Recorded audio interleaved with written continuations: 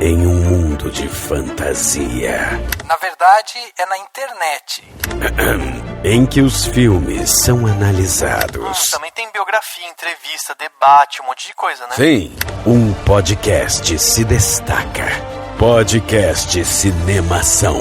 Só no cinemação.com.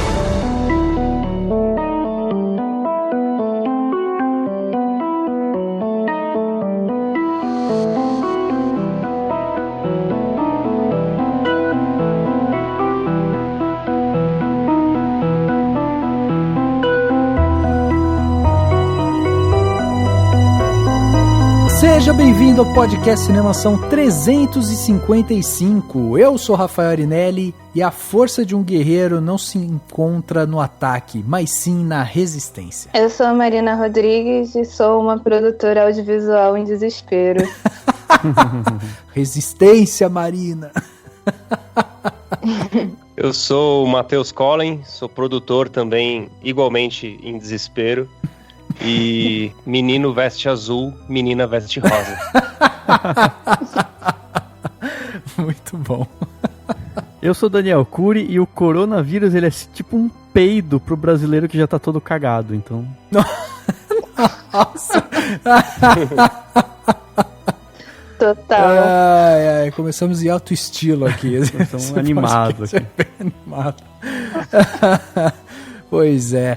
Muito bem, meus amigos, estamos aqui neste podcast Cinemação 355 para conversar aqui sobre a atual situação do cinema brasileiro. Vamos falar sobre fundo setorial, vamos falar sobre Ancine, vamos falar sobre tudo que está envolvendo hoje o cinema brasileiro. Para quem não lembra, a gente fez um podcast há 40 episódios atrás, né? 40 redondinho, 315, e a gente estava falando lá sobre a situação do cinema ali, né, mas era um governo meio que recém, né, começado e tal, e aí a gente agora se vê, né, praticamente um ano depois, tendo que rever essa situação e meio que colocar também, né, as coisas em ordem para que todo mundo esteja a par do que está acontecendo. E para ajudar a gente nesse papo, a gente está trazendo aqui de novo, já esteve com a gente lá no 315, o Matheus Collen, que é roteirista, produtor e tal, esteve lá ajudando a gente a esclarecer várias coisas.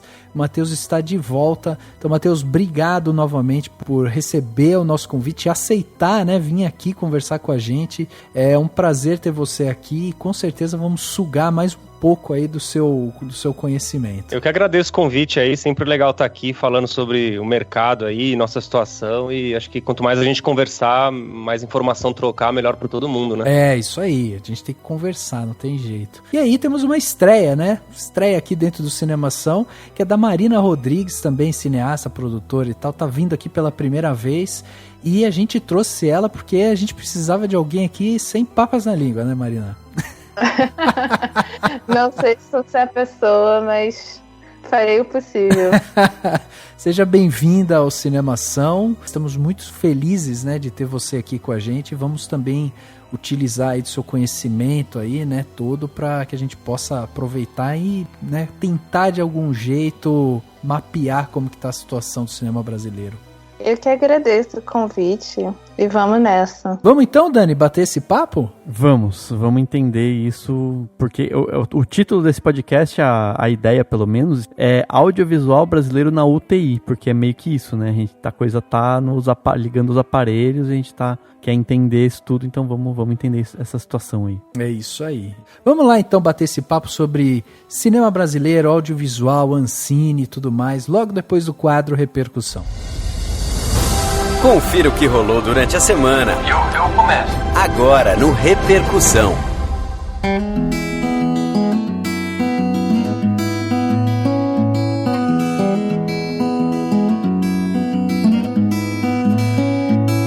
Dani, eu não sei se você percebeu, mas todos os episódios do podcast Cinemação estão interligados. Olha só, a gente começou com os lançamentos e previsões de 2020. Daí lá a gente já começou a falar sobre Oscar. No episódio seguinte, a gente falou sobre Oscar. Aí no Oscar, a gente teve um diretor que mencionou um filme brasileiro. Daí a gente foi lá e falou sobre o filme brasileiro. Agora a gente estava dentro lá, analisando o filme brasileiro no último episódio, Deus e o Diabo na Terra do Sol, e aí a gente falou, bom, se a gente está falando de filme brasileiro, vamos falar sobre o mercado do cinema brasileiro. Olha como as coisas ficam interligadas aqui, Dani. Exatamente, e pelo jeito tá mais diabo do que Deus nesse podcast, mas tudo bem. E já também não é mais Terra do Sol, tá virando Terra da Chuva, né? É Terra da Chuva e da, sei lá, da desgraça. Pois é, se você quer comentar esse episódio que estamos gravando hoje, mandar, né, o que você achou sobre ele, sobre episódios anteriores, você pode mandar seu e-mail para contato@cinemação.com, um espaço que você pode escrever o que você quiser. Manda pra gente, a gente vai ler aqui e vamos selecionar seu e-mail para entrar aqui nas leituras de comentários do podcast. Além disso, você também pode acompanhar tudo que o Cinemação produz no nosso site, o cinemação.com. Lá, além dos nossos podcasts aqui, né, você vai encontrar também o outro podcast da casa, o Geração M, que recentemente voltou às atividades aí, falando sobre o Mojica Móveis, uma HQ que está sendo feita, inclusive por um autor aqui do Cinemação, e vocês podem ir lá conferir, porque ele fala sobre esse processo, né, de criação de uma HQ, todos os desafios que um autor brasileiro passa. Muito interessante o papo, vale muito a pena vocês irem lá e prestigiar esse outro podcast, o Geração M.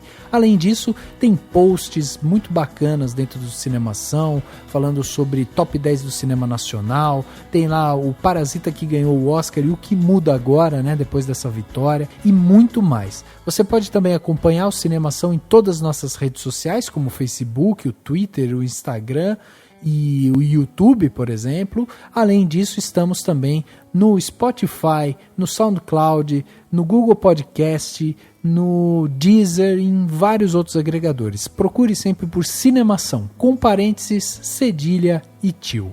E você também pode ser patrão ou patroa do Cinemação, contribuindo com valores a partir de R$1, ou seja, mesmo nessa crise, dá para dar um dinheirinho pra gente e vai ajudar muito a gente. A gente sempre dá presente para os nossos patrões e patroas todos os anos, e ainda você participa de um grupo no WhatsApp, que é o Cinemação Premier, com a galera sempre debatendo sobre cinema e trocando altas ideias super legais. Então entra no cinemação.com/contribua ou vai no botãozinho contribua do cinemação.com, escolhe uma das 3 plataformas diferentes para contribuir mensalmente e se torne um patrão ou uma patroa do Cinemação. E chegando aqui na parte onde as pessoas saíram dos seus armários, né, e resolveram mandar seus comentários aqui pra gente, as pessoas querem se expor, querem falar o que acham e tal, e é isso que a gente mais gosta, é quando vocês debatem junto com a gente, porque o começo, a gravação do podcast aqui, o que a gente coloca no ar, é o começo de uma discussão. Quando vocês mandam seus comentários, a gente está estendendo essas discussões para outros lugares, então é muito bacana. Temos aqui o comentário do William Saito, que mandou um comentário lá no podcast Cinemação 351, quando a gente falou de Star Wars, a Ascensão Skywalker. Ele mandou lá no Instagram, ó que bacana, o cara foi lá, viu e mandou o seu comentário diretamente pra gente pelo Instagram e tá aqui agora no Repercussão. E ele falou o seguinte: não quero denunciar minha idade, mas já denunciando, sou da geração que assistiu o primeiro Star Wars, depois nominado episódio 4, no cinema. Era criança e não sei se consigo descrever em palavras o que foi assistir Luke, Darth Vader e todos os personagens icônicos naquela quase final da década de 70. Foi muito especial, encantador e mágico. William, eu imagino que deve ter sido uma experiência única no cinema, né? Então não é preciso falar que acompanhar tudo depois de 40 anos esse universo criado por George Lucas tem um significado muito mais que especial. Quando comecei a assistir a última trilogia, foi como resgatar as memórias mais afetivas que aquele menino, depois de adolescente, guardou na primeira trilogia. Com o último Jedi, senti um sopro de renovação e coragem que aqueceu meu entusiasmo. Então, faço coro com aqueles que se decepcionaram com a conclusão do episódio 9. Sim, eu me diverti, como fã, tive muitos momentos de suspiros e vibração, mas tendo a concordar com a falta de coerência e ligação com os 2 filmes anteriores. É triste quando a fanbase dita todo o caminho. Os produtores poderiam ter escolhido um equilíbrio. Não é esse um dos pilares da força? Entre a ousadia e a fanbase. uma das piores concessões foi o que fizeram com a personagem Rose, um total desrespeito à atriz Kelly Marie Tran, e que aliás poderia ter sido também comentada na crítica do Cinemação. É verdade, a gente acho que não entrou muito nesse caso aí da Rose, né, Dani? Faltou citar, mas é que é tanta coisa também, né? É, muita coisa, a gente tem que falar muita coisa aqui. Mas ele continua. Também poderiam ter abordado sobre o plot do Chewbacca e do C-3PO. Eu acho que a gente até falou um pouco sobre isso, viu, William? Por um momento achei que poderiam estar rumando para um final mais dramático e ousado. No mais, foi um ótimo episódio onde pudemos ouvir vários pontos e opiniões divergentes. É isso. May the Force be with you. É isso aí, então. Comentário aí do William. É um cara que também se decepcionou, assim como a gente se decepcionou, né, com o episódio. O William também se decepcionou. E essa discussão, cara, lá no grupo secreto do Cinemação no WhatsApp, essa discussão foi longe, hein, Dani, sobre Star Wars Ascensão Skywalker. Áudios longuíssimos, dava outro podcast. Outro podcast, exatamente. Pessoas mandando áudios de 10 minutos, 8 minutos. Impressionante a discussão que esse filme gera, né? Sim, e eu tenho aqui, se comentar no Cinemação é sair do armário, o Alexandre Rodrigues Assunção, a roupa dele deve estar toda no chão, pelas paredes da casa, que ele não deve nem ter armário na casa dele. Porque ele comenta sempre, e ele comentou muito bem no último episódio, no podcast 354 sobre Deus e o Diabo na Terra do Sol. Ele comentou o seguinte: Cinemação, o podcast consciente numa terra em transe. Glauber Rocha, o homem que revolucionou o cinema, buscando uma nova linguagem, quebrando com as narrativas convencionais do audiovisual importado, influenciador e colonialista. Odiado e admirado, como seria visto hoje, sua inquietação levou-o a buscar a identidade nacional. Quem é o brasileiro de fato? O que nos define? Qual a nossa verdade como povo, como cultura? O que de fato somos, tirando a imposição cultural dos países que dominam e ditam regras de comportamento através dos seus veículos culturais? Ele tentou nos chamar para esse questionamento através do cinema, o maior veículo da cultura do século XX. A estética da fome, a mensagem do cinema novo para a conscientização a quem causa e quem sofre a miséria. Enquanto houver ignorância, vai haver miséria. Enquanto aquele que causar a miséria não se comover, ela continuará. A ignorância alimenta o motor da miséria, que move o carro conduzido por quem é indiferente e não se comove com ela. Glauber tentou romper esse ciclo, mostrando a estética da fome como um infeliz portfólio aos que sofrem e aos que causam. Aos velhos cabe relembrar, aos novos cabe conhecer.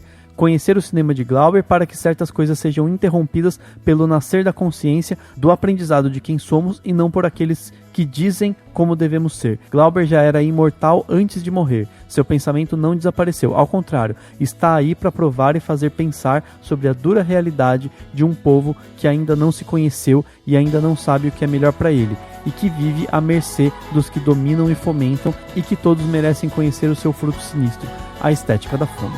Isso nem é nem um comentário, isso é uma poesia. É uma poesia, exatamente.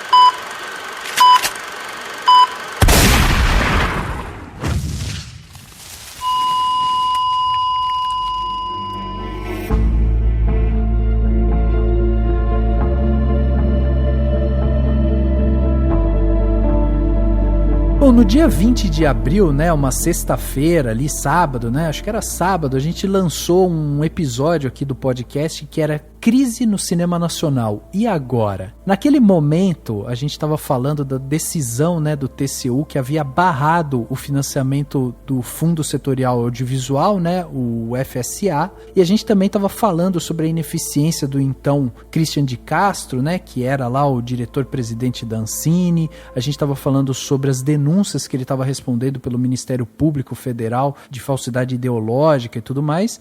E pasmem, estávamos aqui falando do bastião do cinema nacional, que era Alexandre Frota. Olha aí, a gente estava, né, vendo esse cenário se construir, meio que já em pânico, né, ali. E aí a gente estava discutindo esse começo ali, né, de governo Bolsonaro e tudo mais. Muito bem, 315 dias depois desse episódio, muita coisa aconteceu, mas pouca coisa realmente mudou. ou se mudou, mudou para pior. E nesse episódio 315, que a gente falou da crise no cinema, a gente percebeu isso, que na verdade o que era uma crise, quase uma crise ali institucional, quase que uma virose, ela evoluiu ou melhor, involuiu, e agora a gente se encontra nessa UTI que o Dani bem falou no começo, que é essa unidade de terapia intensiva, porque a gente está tendo esses cabos sendo ligados aí no cinema nacional, e por isso a gente está aqui hoje para tentar mapear o que foi que aconteceu. Então, pegando o rastro, né, desse episódio que a gente gravou lá em abril de 2019,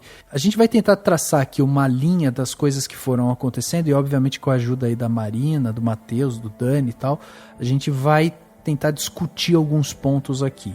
Então vejam, em abril a gente gravou esse episódio falando sobre essa situação. Em maio, um mês depois do episódio, o Christian de Castro, diretor-presidente da Ancine, ele recebeu lá algumas visitas de parlamentares no Rio e tal, ele estava tentando fazer esse movimento de aproximação, né, do governo federal, e além disso o Tribunal de Contas da União, o TCU, acabou publicando um acórdão em resposta ao embargo feito pela Ancine, e aí a Ancine, a agência, voltou a operar normalmente. Isso foi um mês depois que a gente gravou. Então as coisas pareciam que estavam começando a voltar à sua, entre aspas, normalidade, né? Em junho, a Ancine decidiu retomar a liberação de recursos para projetos audiovisuais que estavam na fila de espera. Ao todo, foram 68 projetos pré-aprovados, um orçamento de 196 milhões de reais que acabaram sendo liberados aí em junho, logo depois desse acórdão e tal.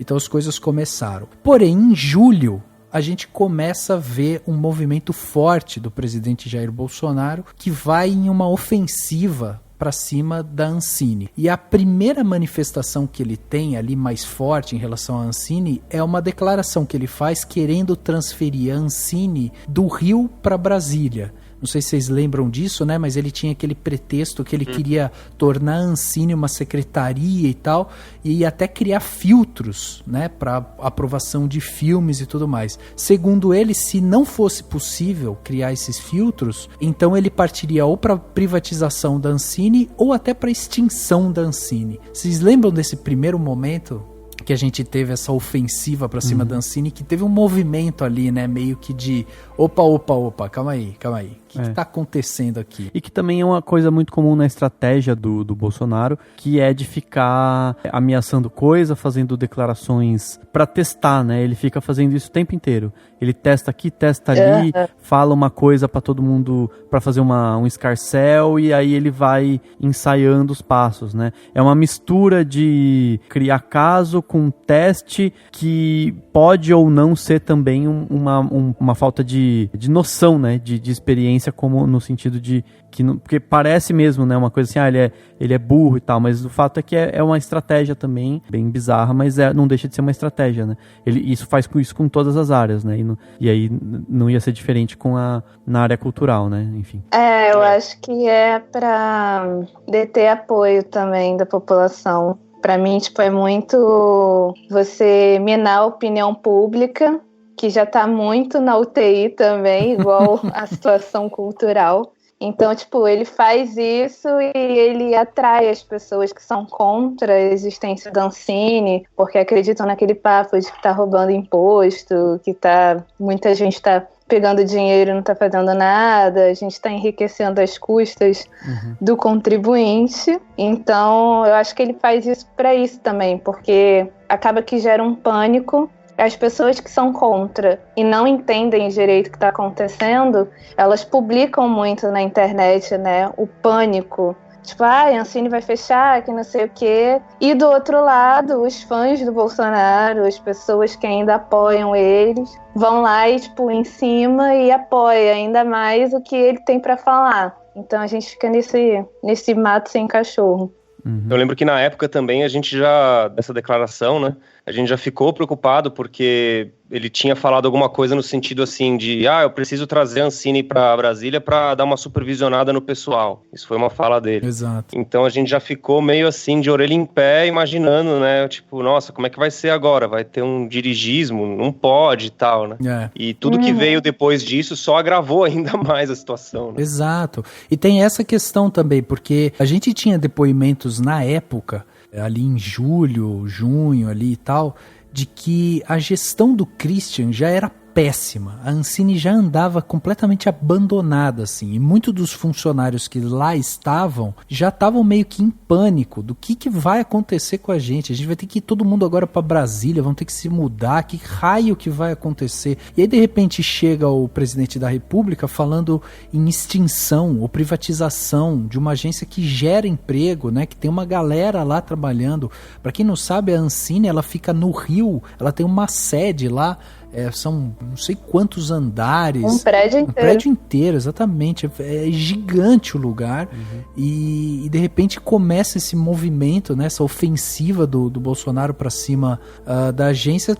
O que mais me chamou a atenção quando eu fui fazer essa timeline aqui foi a falta de critério, sabe? A falta de argumento, assim. Os argumentos que ele usa são sempre muito subjetivos. A gente não consegue exatamente acompanhar qual é a linha de raciocínio.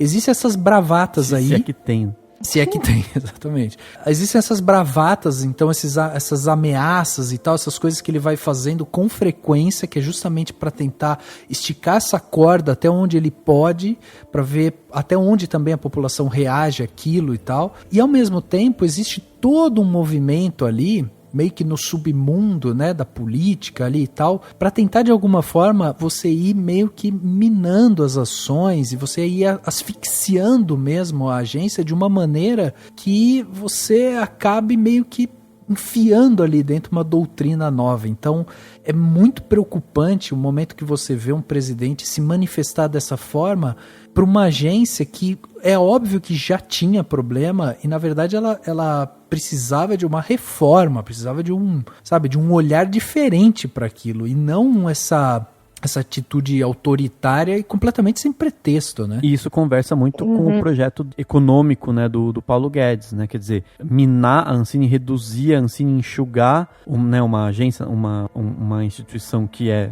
federal, né, e tal, tem tudo a ver com essa ideia de enxugar o Estado ao máximo, que é o projeto liberal do Paulo Guedes, né? Que é essa ideia de que tudo que não é extremamente essencial não tem que ser do Estado, né? E que gera debates acalorados, porque tem gente que concorda demais com isso, mas isso gera problemas super complexos, né?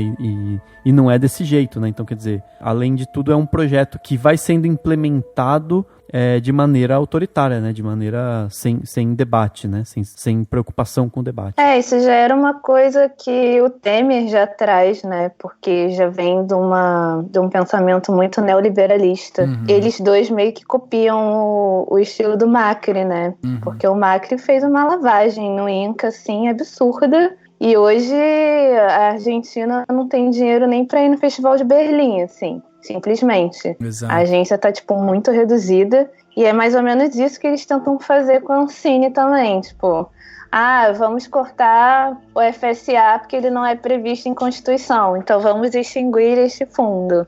Vamos tirar o Condecine de cena porque isso não precisa, está gerando gasto e a gente não quer mais. E com isso o audiovisual fica sem dinheiro e a gente fica sem verba para produzir nada. Exatamente. É uma estratégia mesmo, que nem vocês comentaram, de minar mesmo, né? Asfixiar, matar por inanição, né? Porque são vários, não é assim uma declaração pontual ou uma ação, um decreto, uma coisa pontual. Você vê que são várias ações que estão sendo desempenhadas, né, simultaneamente. Então, no fim do ano passado, ali por novembro, outubro, eu estive lá na Expocine aqui em São Paulo, e aí teve alguns painéis que pegaram um pouco desse tema, né, da Ancine e tal. Inclusive o Alex Braga estava lá nos painéis, né, que era o presidente interino da Ancine, e lá a gente estava vendo as pessoas discutir a questão que, assim, o fomento no Brasil, assim, audiovisual, ele é regulado pela Ancine, mas não é, né, a Ancine é uma agência regulatória, né? Sim. Ela não define política, né? Quem define política é o Comitê Superior de Cinema, é o Conselho Superior de Cinema. Isso. E quem define as linhas de investimento, as estratégias de investimento do dinheiro, né, do FSA e tal, é o Comitê Gestor do FSA.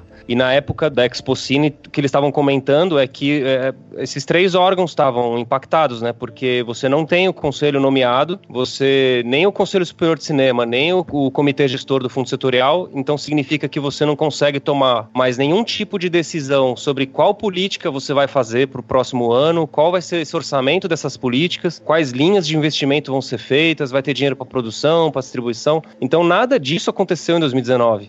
E aí culminou que no fim do ano também a agência acabou tendo a diretoria esvaziada, né? Sim. Porque a Débora Ivanov, ela terminou o mandato dela, né? Ela estava como diretora da Ancine, se eu não me engano, até outubro, então a vaga dela ficou em aberto. O Christian de Castro foi tirado de lá, né, por causa dessas questões das investigações que esbarraram nele aí e tal, decisões judiciais e tudo mais. E aí a gente já tava com uma vaga, né, então das 4 vagas na diretoria, a gente ficou só com o Alex, Exato. um único diretor. E aí ele não pode tomar, né, decisões e fazer a máquina andar, porque não dá, você precisa ter um mínimo de 3 votos, tem todo umas regras a serem seguidas lá, né. E aí fazendo isso, né, tipo, não nomeando conselho, demorando para assinar a cota de tela, não definindo política de investimento como vai ser no FSA. A partir do momento que ele vai fazendo essas coisas, você vê que é um ataque, ele não é pontual. Ele é em várias frentes ao mesmo tempo. Por exemplo, o Congresso votou a questão da lei do audiovisual para estender até 2024, ele vetou. Exato. O artigo 1º, a prorrogação do artigo 1º e 1º A.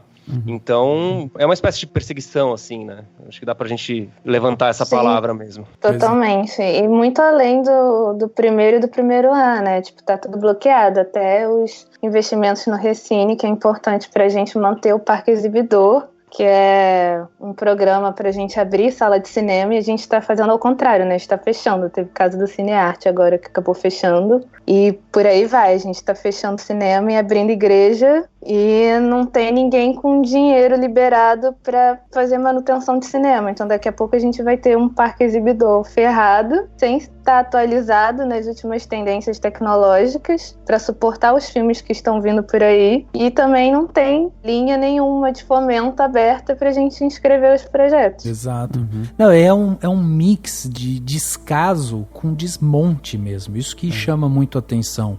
Inclusive, a Marina até lembrou aí, né, do Michel Temer. É interessante que no fim do seu mandato, né, o ex-presidente Michel Temer, ele não assinou a cota de tela para 2019. E aí coube ao ministro da Cidadania do governo, do Bolsonaro, né, fazer isso, que é o Osmar Terra. E aí ele chegou a assinar a proposta em maio de 2019, só que ela não entrou em vigor de imediato porque o Bolsonaro não quis assinar. E aí ele só foi assinar a cota de tela no fim de dezembro. Então a gente ficou paralisado nisso também, assim, porque a cota de tela é justamente esse dispositivo que a gente tem aí, que tem como objetivo garantir espaço nas salas de cinema do país, né, para as produções audiovisuais brasileiras. E é tão irônico, né, porque no momento em que a gente vê um filme como Parasita, no cinema coreano e tal, ser premiado em Hollywood pela academia,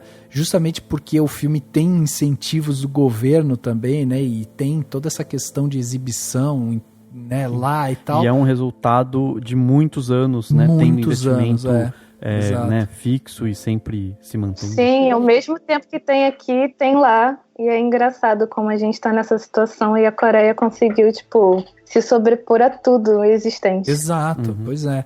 Mas, ó, eu tava falando que isso aconteceu, essa questão dessa ameaça, né, de transferir a Ancine do Rio para Brasília, da ameaça de vamos extingui-la, vamos privatizá-la e não sei o que e tal. Isso foi em julho de 2019. Em agosto de 2019, o presidente resolveu, então, afastar o diretor-presidente da Ancine, o Christian de Castro, como o Matheus aqui já bem lembrou, e com esse desse afastamento, quem assumiu temporariamente foi justamente o Alex Braga Nunes, né? O Alex Braga, ele é um advogado, ele já estava na diretoria colegiada da Ancine desde 2017, e aí assim que ele assumiu, ele também já exonerou 3 assessores da Ancine que já estavam afastados, na verdade, por ordem judicial, né? E aí, depois de fazer isso, o então ex-diretor-presidente, o Christian de Castro, ele depois lançou uma carta, né, para expor, na visão dele, as reais razões por trás do seu afastamento. E aí o que ele diz é que ele acusa gestões anteriores de mau uso dos recursos públicos, e aí isso vai ter levado aí a um desfalque de mais de 350 milhões de dólares no Fundo Setorial do Audiovisual, o FSA. O Christian faz essa acusação à gestão anterior, e vale lembrar que a gestão anterior era comandada lá pelo Manuel Rangel. A carta, no final, não levou a nada, porque essa sempre foi o argumento que o Christian teve. A investigação continua correndo lá no Ministério Público. Então isso que aconteceu aí em agosto, lembrando que em agosto também a gente teve o governo Bolsonaro novamente fazendo uma afronta aí, né, a produção audiovisual, porque o governo acabou cumprindo uma promessa e ele suspendeu os editais de filmes com temática LGBT. Isso também foi, na época ali em agosto, foi um bafafá gigantesco, porque configurava censura, né? Basicamente isso. O governo começou a censurar as obras. Então, assim, ele afasta o diretor-presidente de lá, vem esse temporário, e aí você começa a ver que a mão do governo começa a pesar muito mais na Ancine do que pesava antes.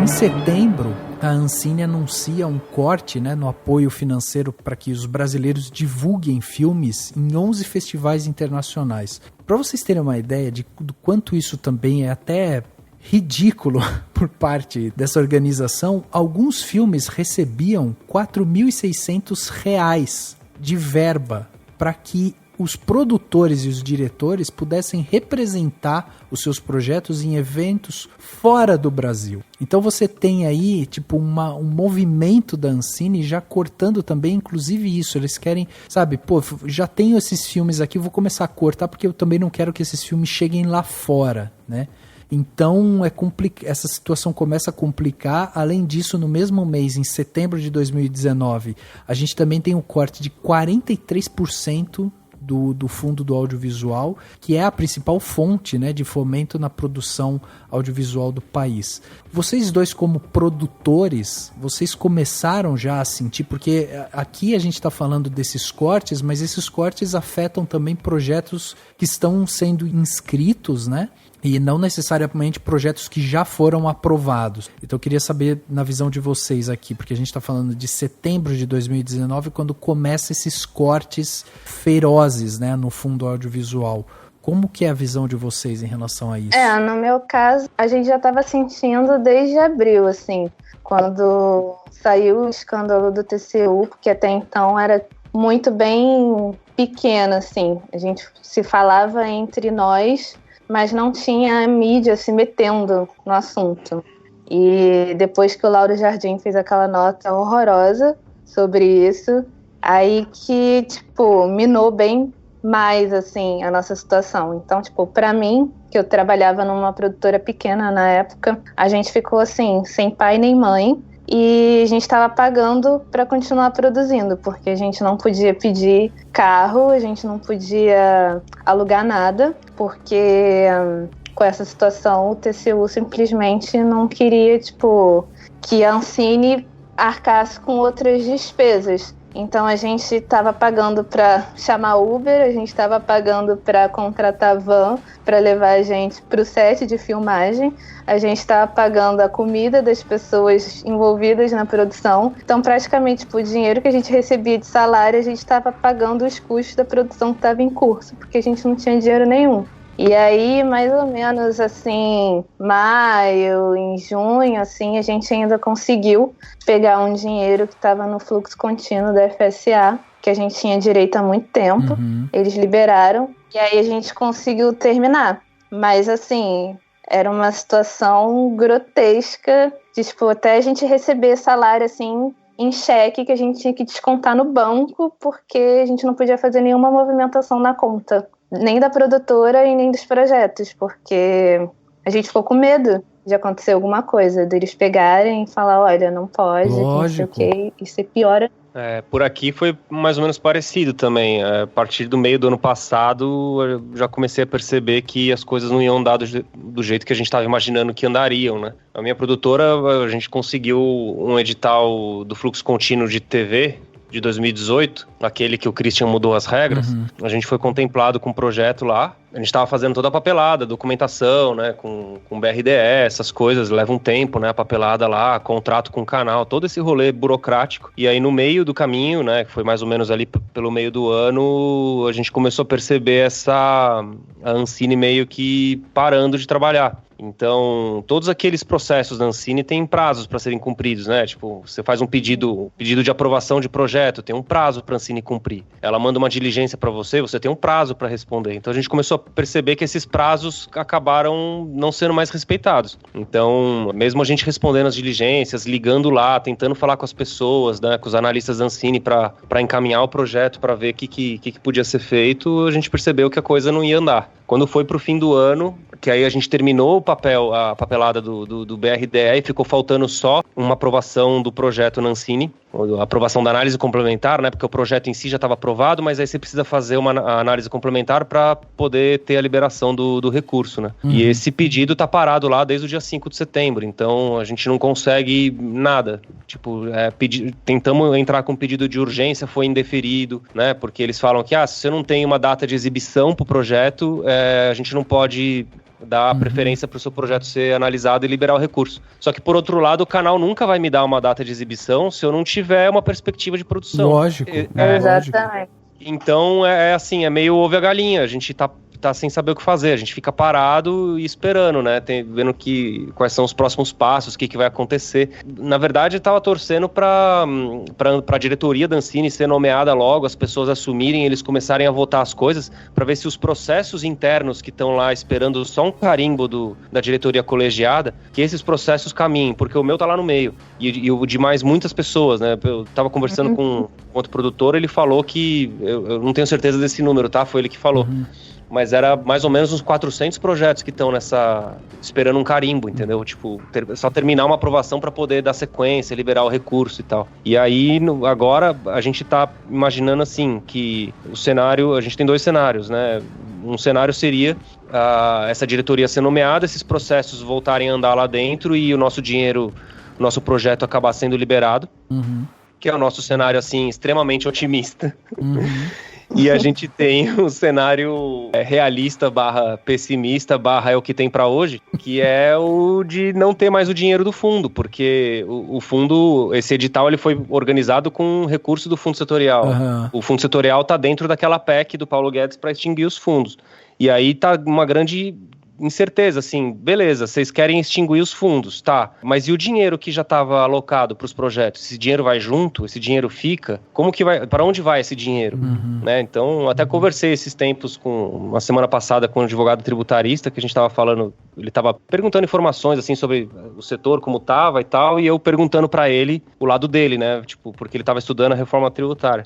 E ele falou, cara, se acontecer isso mesmo e tal, né, tipo, é uma coisa para ser estudada caso a caso, não tem assim, se eles extinguirem o fundo setorial, não tem um procedimento padrão que, assim, o dinheiro todo volta pro Tesouro Nacional. Então, é uma coisa que vai ter que avaliar caso a caso, provavelmente a gente vai ter que gastar dinheiro com advogado para brigar pelo nosso recurso lá e tal. Então, cara, tá triste. Deixa eu perguntar para vocês, porque vocês dois falaram sobre fluxo contínuo. Eu queria saber o que é o fluxo contínuo. O fluxo contínuo, ele é imagina assim, o fundo setorial, ele tem lá um orçamento de 1 bilhão. Uhum. E aí a maneira como eles vão investir no mercado, eles criam, né, o comitê gestor e o Conselho Superior de Cinema criaram os programas de investimento. Então você tinha a Prodecine e o Prodave. Prodecine para cinema, Prodave para televisão. Uhum.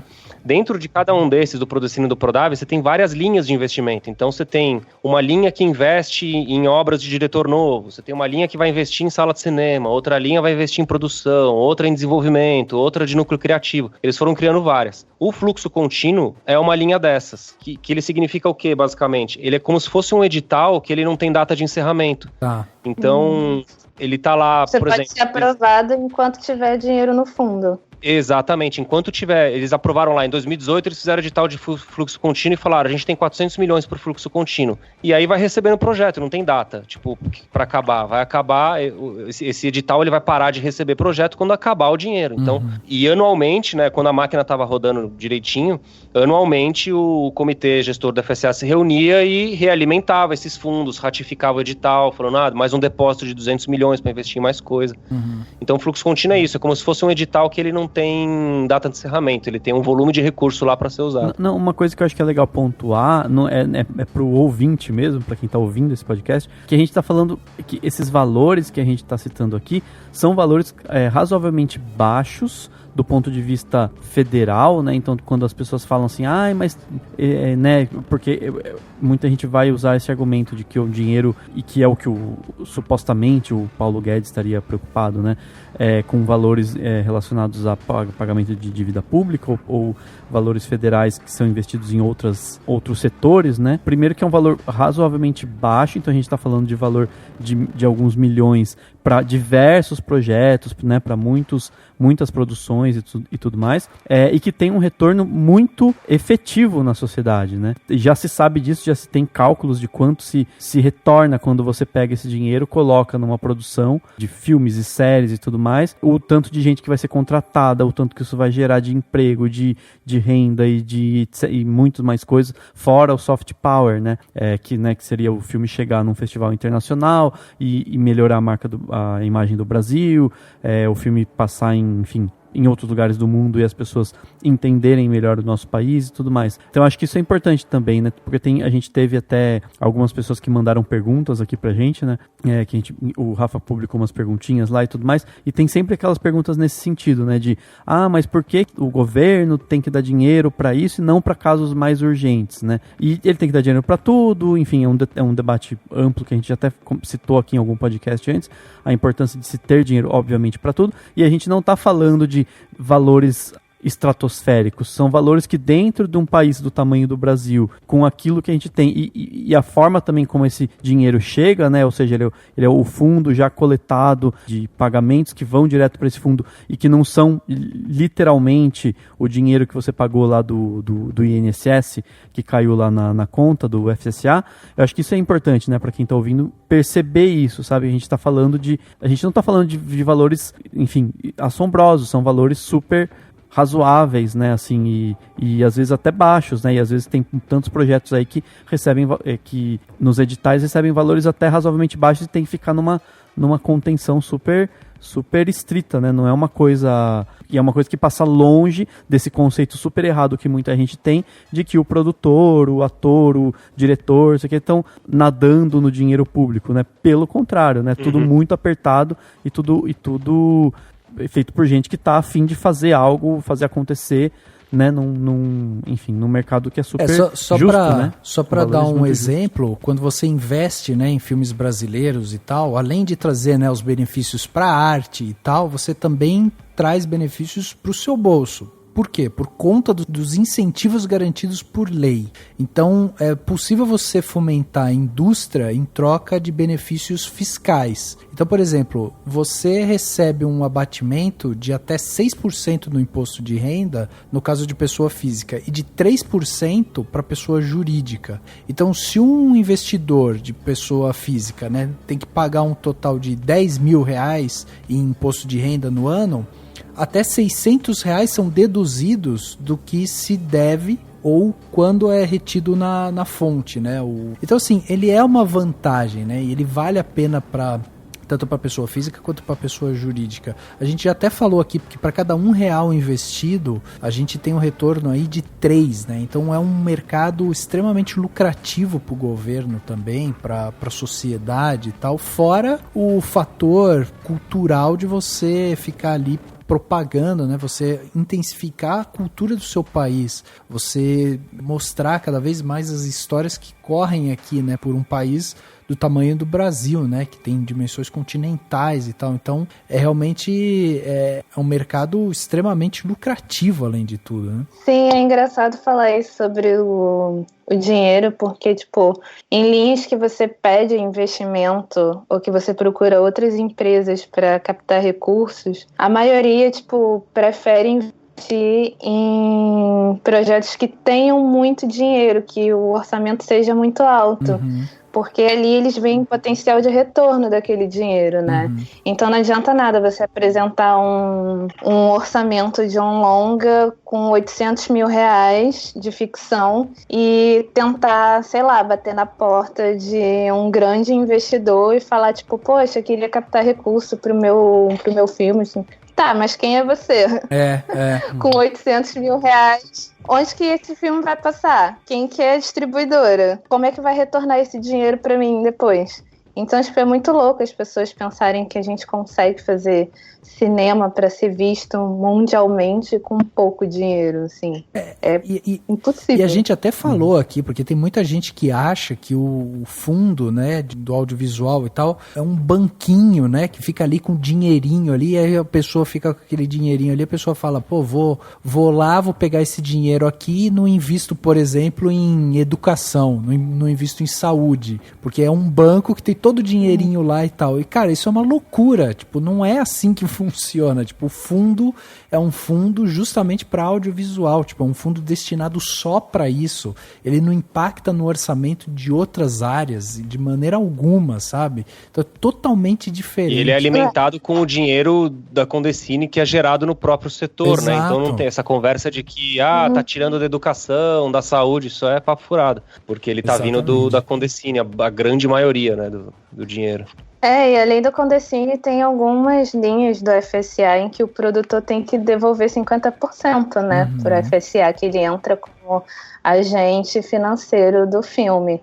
Então você tem que retornar essa receita para ele. Então eu sempre encarei muito a FSA como um banco que me dá um empréstimo, assim, porque exato. No fim das contas a gente tem que pagar de novo esse dinheiro para eles, entendeu? Tipo, dependendo, assim, são muito poucos editais que você consegue captar, pegar o dinheiro e não devolver, mas a maioria você tem que chegar lá e voltar 50% pro fundo, sabe? Então, é basicamente você pedir um empréstimo no banco, você vai pagar aquilo de volta. E deixa eu deixar uma coisa bem clara aqui, porque às vezes tem gente que insiste nisso. Eu já entrei em discussões que às vezes as pessoas realmente, eu nem tento ou por má fé, ou por falta de vontade e tal, elas não entendem. Uma vez eu estava conversando com algumas pessoas e eu falava sobre a indústria cinematográfica, o quão importante é você ter esses incentivos, porque você fomenta a cultura, você fomenta, né, a própria economia também, você gera fatores econômicos ali, emprego, gira o comércio de uma cidade e tal, em torno de um filme, por exemplo.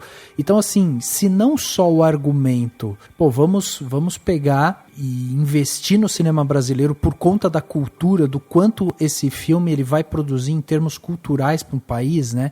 O quanto você consegue fazer com que o país se desenvolva também, relembrando, revendo sua própria história, contando histórias, né, atribuindo essas histórias às pessoas que ali estão e tal. Então, se não for pelo fator cultural, pensa no fator econômico. Imagina que, por exemplo, Bacurau foi um filme que foi lá no Nordeste, pegaram uma cidadezinha pequena, levaram tipo 100, 200, 300 pessoas de produção. Eles tiveram que alugar quarto em hotel, eles tiveram que almoçar, eles tiveram que jantar, eles tiveram que contratar serviços que lá estavam, eles tiveram que contratar pessoas de lá para fazer alguma coisa. Imagina o movimento que só um filme tornou para aquele município, por exemplo. Então é muito importante a gente pensar justamente nessa parte que não é só a parte cultural, é a parte financeira também. E quando a gente para pensar em uma indústria cinematográfica forte, é a gente descentralizar. Porque tem gente que fala assim, mas por que eu quero uma indústria cinematográfica forte em Goiás? Por que eu quero uma indústria cinematográfica forte na Bahia? Se eu já tenho uma indústria cinematográfica forte em São Paulo, por exemplo. Porque, cara, além do fator cultural, além das pessoas estarem lá produzindo e distribuindo, mostrando a cultura da sua região, você também está movimentando a economia daquela região. Você está gerando emprego naquela região. Imagina uma indústria cinematográfica forte em Goiás, por exemplo, e os caras tendo que vir para o interior do Paraná para gravar cenas e tal. Você está gerando imposto para Goiás, você está gerando imposto para o Paraná. Então, assim, a indústria ela já é provado que ela é rentável, já é provado que ela leva dinheiro para as regiões, e é importante as pessoas entenderem isso, que não é só uma questão de a pessoa quer ficar falando de cultura e tal. Não é só cultura, é grana, mano, é grana no bolso. Rafa, até pra completar isso que você tá dizendo, eu tô puxando uns dados aqui, porque a gente começou a entrar nessa conversa de números, eu tava lembrando do evento da Expo Cine, né? Eu consegui pegar os dados aqui que eles mostraram no dia. Aqui eles estão falando 0,46 do PIB, né, brasileiro, ele é do setor audiovisual, né? Você fala, 0,46, mas isso é quase nada, tal. Mas é mais do que indústria têxtil, indústria farmacêutica e a indústria de eletrônicos, né? Que seria televisões, aparelhos de som, essas coisas. Pois é.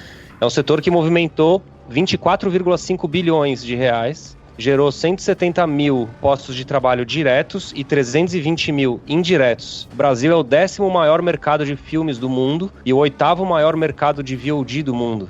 Então a gente tem, assim, o potencial brasileiro ele é muito grande, assim, se a política de fomento a isso, né, e aí pegando o gancho do que você está falando, não estou nem falando da questão cultural, estou falando da questão econômica mesmo. Exato. Porque se você pega um caso que nem, por exemplo, do Parasita, que é um filme lá sul-coreano, que está, né, debaixo de um guarda-chuva de uma política pública que está sendo feita há muito tempo, que está sendo desenvolvida de uma maneira, né, razoável e tal, gerando, né, resultados positivos, e aí os caras conseguiram até ganhar um Oscar. Eu vi uma entrevista da produtora executiva do filme, eu acho, ou a sócia do diretor, eu não lembro exatamente, mas ela tava falando assim, o que esse Oscar representa pra ele, né, pro diretor.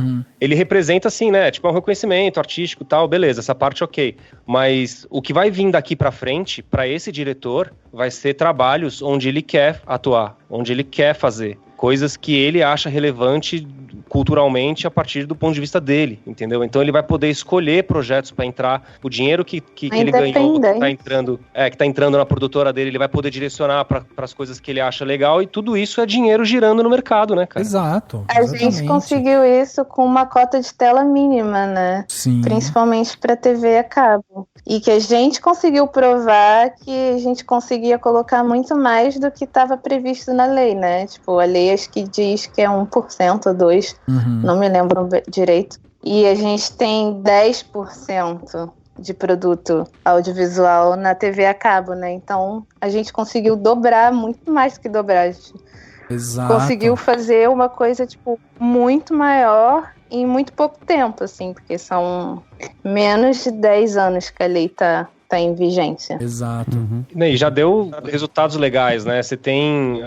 Eu acho que eu vi uma entrevista do Bruno Weiner, que é da distribuidora... da Downtown, e ele tava falando desses números do mercado também, né, que, a coisa... 2019 foi um ano que, por mais que a política tava, assim, ladeira abaixo, né, foi o ano que mais se lançou filme, né, então, tipo, tinha muita obra, muito produto no mercado, né, tinha muita coisa acontecendo, meio que por causa dessa política toda que foi feita e que foi minada. Então, a partir de agora, assim, se 2019 foi o pico dessas coisas, né, com volume aí de produção expressivo, e a gente não teve nada acontecendo no fomento em 2019 e até agora em 2020 também a perspectiva é que nada aconteça, cara, a gente vai ter um belo de um apagão no setor, né?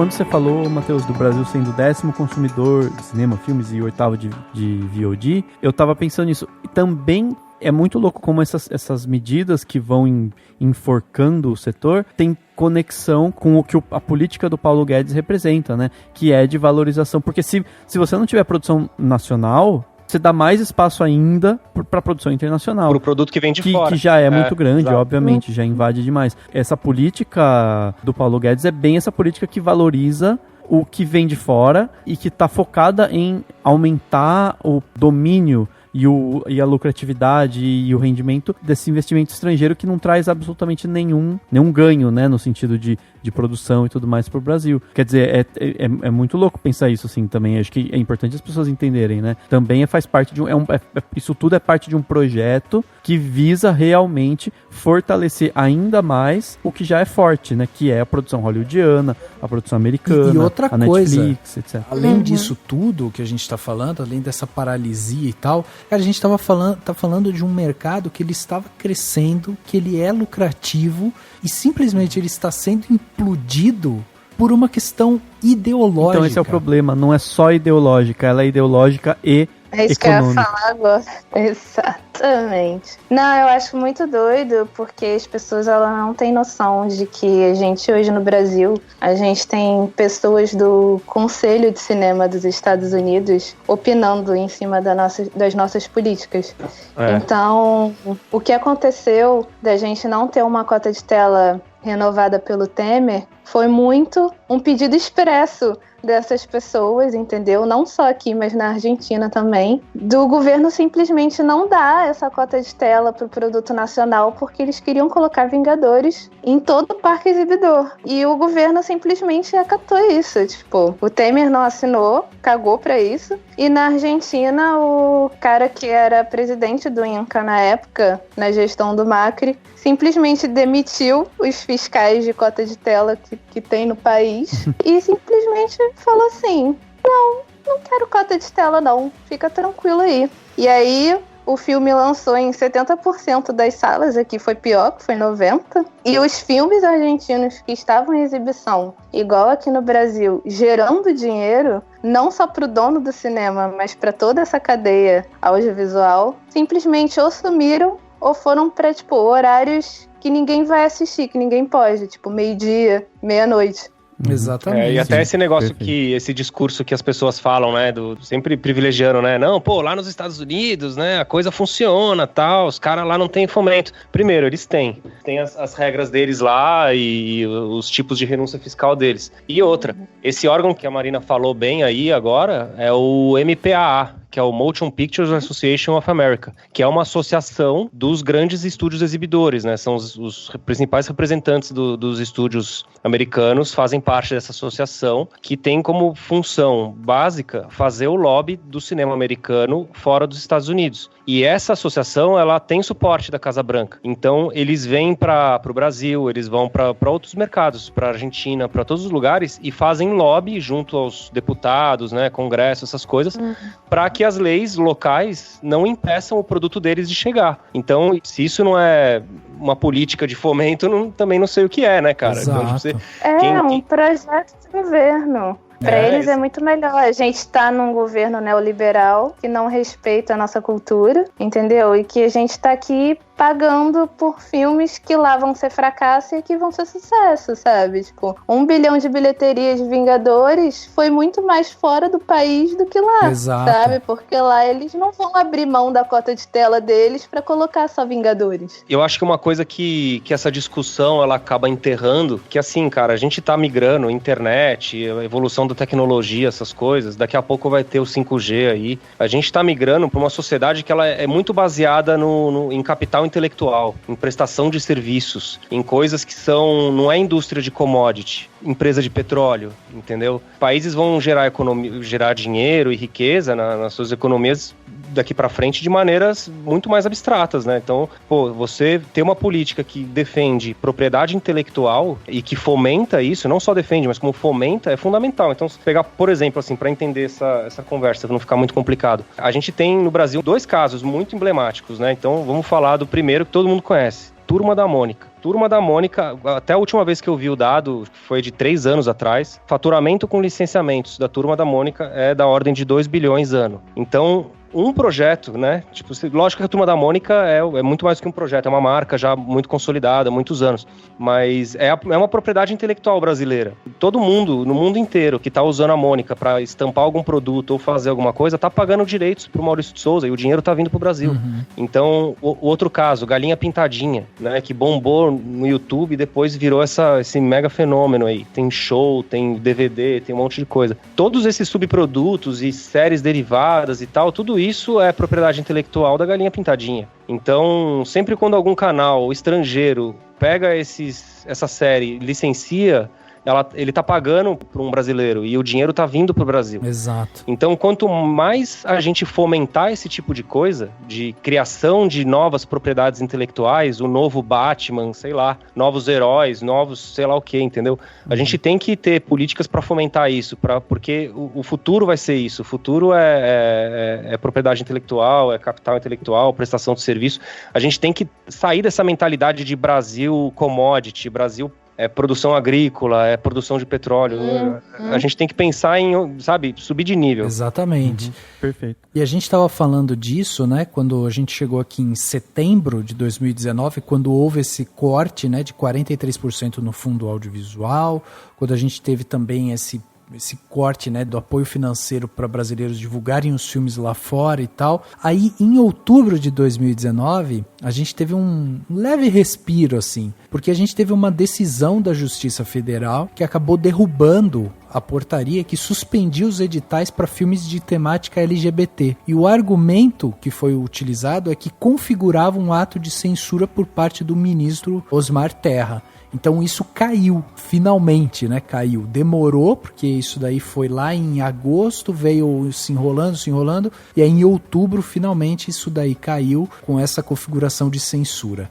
Agora, em novembro, a gente tem um novo movimento aí do presidente Jair Bolsonaro, quando ele transfere a Ancine para o Ministério do Turismo, que é comandado pelo Marcelo Álvaro Antônio. Para quem não lembra, e vale lembrar, né, a Ancine, que a gente tanto fala aqui, é a Agência Nacional do Cinema. Ela é um órgão oficial do governo federal que tem como objetivo fomentar, regular e fiscalizar a indústria cinematográfica nacional. Em 13 de outubro de 2003, ela passou a ser vinculada ao Ministério da Cultura. Onde que está o Ministério da Cultura agora, Daniel Cury? Em lugar nenhum.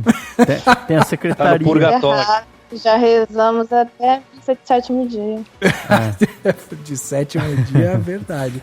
Agora a secretaria, tem a secretaria especial, que eles chamam, né? Que acho que é bonitinho isso. Que tá com a Regina Duarte agora. Exato. Olha, salvação. Então, mas Que ainda não foi nomeada. Acho que ela não tomou posse ainda, tá só. Ainda é noivado, tá, né? Ela tá só curtindo, tá só fazendo stories. Sorrindo lá no andar térreo da Ancine lá, correndo. Pois é, e com a extinção, né, do Ministério da Cultura em 2019, primeiro a Ancine foi vinculada ao Ministério da Cidadania. E aí depois ela passou aí, né, agora pro Ministério do Turismo. Que sinceramente não faz o menor sentido. Não faz o menor sentido a Ancine estar no Ministério do Turismo. Mas, né, para esse governo faz. Mas no fim das contas, eu particularmente acho que isso até que é o de menos, entendeu? Não, organizacionalmente falando, assim, se tivesse funcionando, podia estar, claro, não em qualquer ministério, mas você entende que em termos organizacionais é tudo só uma questão de como dividir. Mas sabe lá o que os me chama a atenção? Que é... isso é o símbolo da desorganização, entendeu? Exatamente. Você pega uma agência nacional que estava vinculada à cultura, daí você manda essa agência primeiro para cidadania, agora você passa para turismo e tal, sabe? Não tem sentido. Eu só queria fazer um adendo, que eu não acho que essa transição para o Ministério do Turismo seja uma coisa por menor, porque isso não está totalmente fidelizado. Ele fez essa transição, mas a gente está com os órgãos meio que jogados, um para o lado e um outro para o outro. Meio que, tipo, o FSA ele ainda responde no Ministério da Cidadania. e a Secretaria do Audiovisual no Ministério do Turismo. Então ele meio que está quebrando esse tripé constitucional que a gente tem, que é entre o Conselho Superior de Cinema, a Ancine e a Secretaria do Audiovisual. Então isso mexe muito com essa coisa da gente estar muito parado, de não ter nada sendo deliberado, porque esse tripé não está embaixo de um ministério só. Agora a gente tem o Ministério do Turismo tomando conta dessa parte da Lei Rouanet, que é mais para as políticas culturais fora do audiovisual. E a Secretaria do Audiovisual, que também não tem secretário, porque ele também ainda não tomou posse. E aí a gente tem o FSA e o Conselho Superior embaixo da asa do Ministério da Cidadania. Então a gente tem 2 ministérios cuidando de um tripé que deveria ser um só. Então isso atrapalha muito. Exatamente. Aí em dezembro, agora mais recente, né, a Ancine, que está aí, né, com o seu diretor, presidente temporário, que começa, né, a demitir um monte de gente, tem essa questão toda, né, desse esvaziamento. O Matheus até relatou aqui como isso está congelado, né, todo o seu funcionamento está congelado, eles têm que ficar esperando respostas ali e tal. Aí em dezembro a gente tem aquela cena onde chama a atenção de todo mundo quando a Ancine faz a retirada dos cartazes de filmes da sua sede e tira também todos os dados de alguns filmes do seu site. Isso chamou a atenção porque a Ancine, ela tinha dentro da sua sede mais de 100 quadros emoldurados com diversos títulos. E eles estavam lá desde 2002. Quem escuta a gente às vezes pode falar, pô, mas era só quadros, os caras tiraram porque, sei lá, estavam redecorando o espaço. Não, eles tiraram e aí você pega os títulos que estavam lá e tudo que foi levado para um depósito e tal, e a gente tem filmes, por exemplo, como Deus e o Diabo na Terra do Sol, que foi tema de nosso podcast aqui do Glauber Rocha, O Bandido da Luz Vermelha, do Rogério Sganzella, Cabra Marcado, né, para Morrer, que é do Eduardo Coutinho, por exemplo.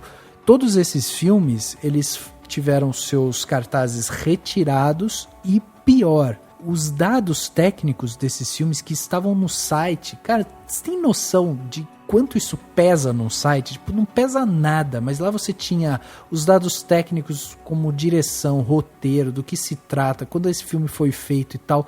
Isso daí foi removido. É como se eles tivessem apagado isso da história, entendeu? Aí houve um movimento em dezembro de muita gente falando, a Ancine quer tirar, quer esquecer dessas produções, então a gente lembra. Aí começou nas redes sociais o movimento da gente ficar lembrando desses filmes e tal. Já percebe-se aí, né, esse movimento de esvaziamento e também dessa mudança aí ideológica mesmo. A Ancine em si diz que não, que a gente removeu porque queria remover e tal, tipo, dá uma desculpa esfarrapada qualquer, diz que não é por questões ideológicas, mas é um fato que eram filmes que tinham, inclusive, uma temática que eram temáticas que iam até contra, né, algumas coisas que esse governo fala. Aí quando a gente chega agora, em 2020, em janeiro principalmente, a gente tem aí a primeira reunião de deliberação em quase 3 meses que a Ancine faz. E em pauta estava a aprovação do plano de gestão anual de 2020, que até então, até o momento, né, era inexistente. Então, só para contextualizar bem isso, a gente está falando de um podcast que a gente gravou em abril. De abril para cá, praticamente não andou nada. Tá tudo parado e se não foi desmontado. Então, se a gente tinha na metade do ano uma esperança, né, na metade do ano de 2019, de que poderia pelo menos ter um plano de gestão anual e tal, nem isso andou. Esse ano, agora em janeiro, eles fizeram a primeira reunião para debater isso. Além disso, foi debatido também a cota de tela, que é esse decreto, né, que reserva os espaços nas salas de cinema para longas brasileiros, que a gente tanto falou aqui. Isso daí estava em suspenso em 2019 por falta da assinatura do Jair Bolsonaro. E em dezembro, quando ele assinou, isso ainda não entrou em vigor, porque também depende da regulação da Ancine. Então também está travado isso, por mais que tenha tido finalmente a assinatura dele. E apesar dessa reunião em janeiro, a agência ela ainda não retomou as suas atividades normalmente, porque esse tipo de reunião que é feita só aborda matérias urgentes. Por quê? Porque ele só tem hoje 2 diretores lá, numa mesa que eram para ter 4 diretores. Então, eles não podem ficar tomando essas decisões porque a Ancine está desfalcada. E agora, em fevereiro, quando esse podcast está saindo, finalmente, 176 dias depois do afastamento do Christian de Castro, finalmente o presidente da República resolveu indicar não um, mas os 2 nomes, né, para compor ali a mesa diretora da Agência Nacional do Cinema, Ancine, e os 2 nomes são ligados à Igreja Evangélica. É o Edilásio Barra e a Verônica Brandler. O Edilásio, ele é conhecido, né, como Pastor Tutuca. Percebe-se já Tava até falando pro Daniel que parece personagem da Praça Nossa, sabe? Pastor Tutuca.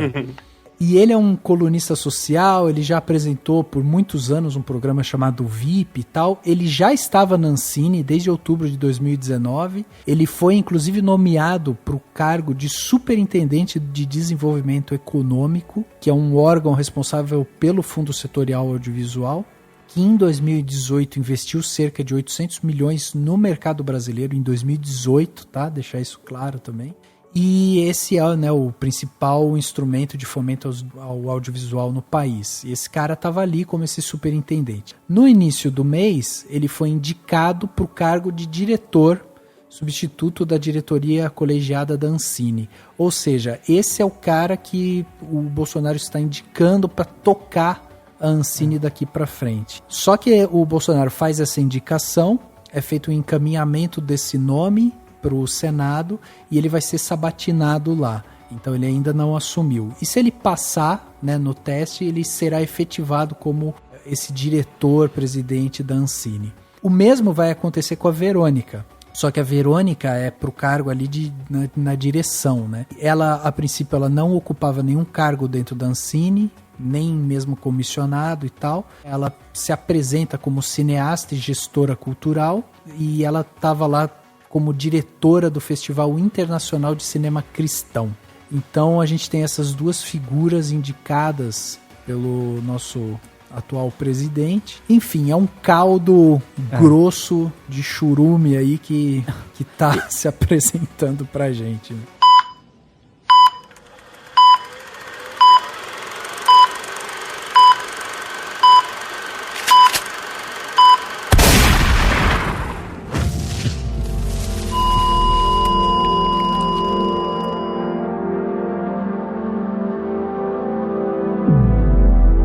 Eu acho que aí que entra um debate que é importante, que assim, também é outra tendência, né? E aí queria que vocês comentassem, enfim, como que vocês enxergam isso, que é a de usar todos os aparatos, né, de fomento ao cinema, ao audiovisual e tudo mais, para engordar ainda mais o caldo das igrejas, né? Seria, né, ir para o cinema cristão, para o filme, para a produção, enfim, relacionadas a igreja, geralmente as igrejas evangélicas, né, ou pentecostais. Vocês veem isso na área? Isso faz sentido? Pra mim já era algo muito esperado, então, tipo, eu não fiquei tão alarmada quando aconteceu. E a gente precisa observar 2 coisas nessas indicações, que uma é que a Verônica, ela não tem 10 anos de atuação no audiovisual. Então, se o Senado está dizendo tanto que está vendo a nossa causa do audiovisual e que quer ajudar, esse nome não passa, não tem como passar, porque está fora das regras da lei das agências. Então, o Senado estaria passando por cima da lei, invalidando, rasgando a lei completamente, se aprovar o nome dela. E no caso do Edilásio, por pior que ele seja, assim, para mim é, tipo, horrível. Só que ele é um cara que ele é muito esperto. A gente acha que pastor de igreja é só aquela pessoa que fica lá gritando em cima do púlpito e gritando Deus é o Senhor, mas ele é uma pessoa muito esperta, ele conhece muito sobre fomento. Ele deu uma entrevista, acho que no ano passado, falando sobre as leis de incentivo, falou muito sobre o artigo 1º-A e o 1º da lei do audiovisual. Então, assim, tipo, ele ganhando esse cargo, sendo aprovado, é óbvio que a gente vai ter, como é que se diz, uma escalada, né? De mais produções evangélicas mais conservadorismo, porque tende-se ele a querer dar essa chance para as pessoas que estão com ele, né, com as pessoas que apoiam isso é óbvio, mas aí isso é óbvio em todo o governo, dependendo da cara dele. Mas ele é uma pessoa que ele conhece muito o que está acontecendo, assim, ele não é um completo ignorante que nem o Bolsonaro, ele é uma pessoa que ele conhece muito. Então eu acho que o setor devia aproveitar esse momento e chegar perto dele para conversar, para mostrar para ele o que precisa ser feito, que a censura está errada, que a gente vai brigar se tiver censura, se os projetos forem indeferidos, né, e não forem aprovados com uma justificativa que a gente não vai entender nada. Então, eu acho que é um momento do setor, chegar junto dele e saber se articular. Hoje a gente está lidando com um governo que é totalmente neopentecostal. Então, a gente tem que chegar lá e mostrar, olha só, a indústria do cinema gera isso daqui de orçamento, de retorno financeiro, dá emprego pra caramba, e sem isso a gente vai ficar numa crise econômica muito pior do que tá. E, jogar dados na cara dele mesmo e falar assim, cara, você tá aqui dentro. Se você apoia as leis de incentivo, então bora trabalhar junto nisso. Assim, eu respeito a sua religião, seja qualquer que seja, mas eu não sou obrigado a criar nenhum produto cristão. Só que eu quero vender o meu produto porque eu dependo disso, é meu trabalho e é o meu dinheiro para continuar vivendo. Então acho que o momento é esse, a gente aprender a se articular, parar de bater um pouco na figura do Bolsonaro e ir para as pessoas que realmente estão dentro da casa e que tomam conta dessas leis, que é o Rodrigo Maia. A gente tem que ir lá nele falar isso, entendeu? Bater na porta dele e falar, chamar ele pra conversa também, sentar junto e ser sério, assim, e direto, falar, olha, tá acontecendo isso, a gente não consegue mais ficar nessa situação, porque tá uma paralisia total, a gente não consegue dar emprego pra ninguém, a gente não consegue abrir vaga de emprego, tem muita gente que foi demitida e não consegue trabalhar em mais nenhum lugar, porque quando abre vaga, abre pouquíssimas, e como a gente já sabe, é um meio fechado, então sempre vai proporcionar melhores coisas para quem as pessoas já conhecem, para quem já tem aquele network, para quem já viu a cara, para quem já conversou, e as pessoas que estão começando agora, estão saindo da faculdade agora, não tem como entrar, assim, não tem estágio, não tem emprego, não tem primeiro emprego, não tem nada, assim, as pessoas ficam naquela teoria, cria-se uma ordem de pessoas que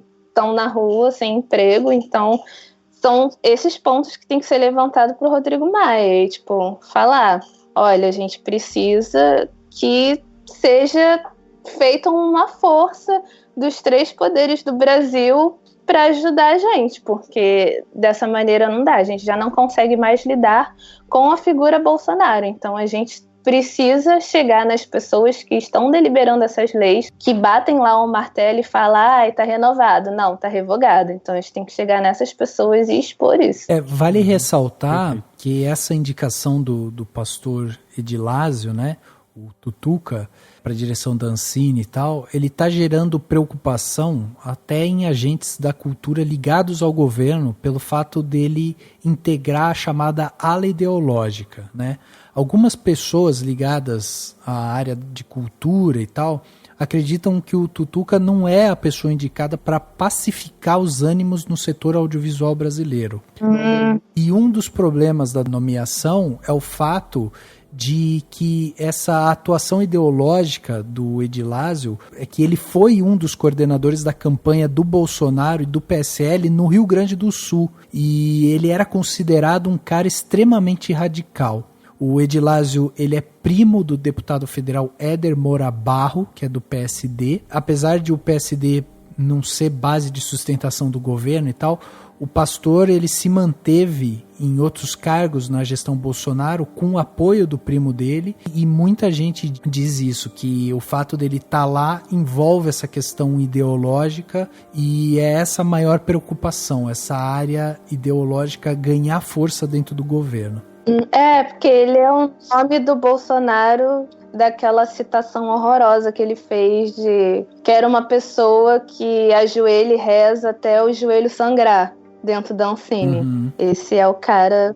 que representa isso pro Bolsonaro, né? Mas eu acho, assim, ele muito perigoso, mas eu acho que é esse papo, entendeu? Tipo, de chamar ele pra conversa e não ter animosidade nenhuma no discurso. Falar, tipo, é isso e é isso.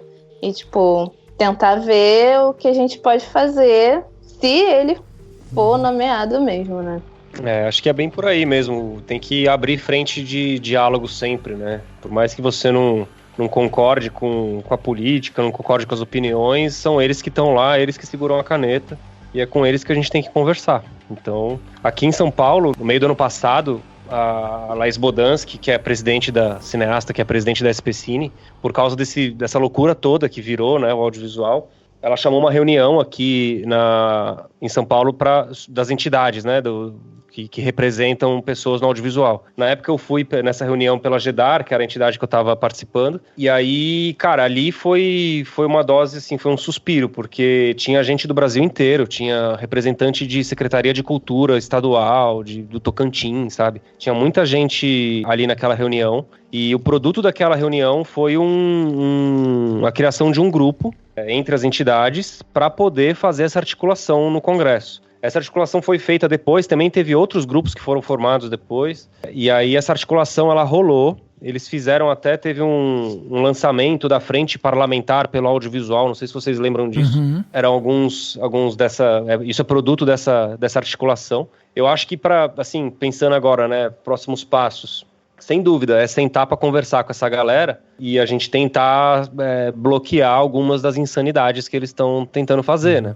Então, acho que conseguimos aí, né, derrubar na reforma lá dos fundos, derrubar a extinção da Condecine. Então, isso aí já é uma vitória que a gente pode botar na conta aí. E vai vir muito mais. Então, assim, chegando, que nem vocês estavam comentando a respeito do Tutuca e tal, logo mais vai vir, né, quando essa diretoria nova estiver montada, que eu acho que vai ser tudo muito lento, na real. Se bobear, isso nem acontece em 2020. Acho que até o fim do ano tem chão ainda pra eles ficarem enrolando e tal. E aí, vamos supor, sei lá, fim do segundo semestre, os caras lançam um edital falando de obra evangélica, alguma coisa assim. Aí, lógico, não pode. O Estado é laico, os recursos são públicos, você não pode ter dirigismo para determinadas, né, classes ou religiões e tal nos editais. Então vai dar uma briga jurídica disso. Então vai ser só mais uma coisa para atrasar mais. O que eu tô conversando. E o problema é que a MP da Ancine vence ano que vem, né? Então, tipo, essa demora das nomeações, das liberações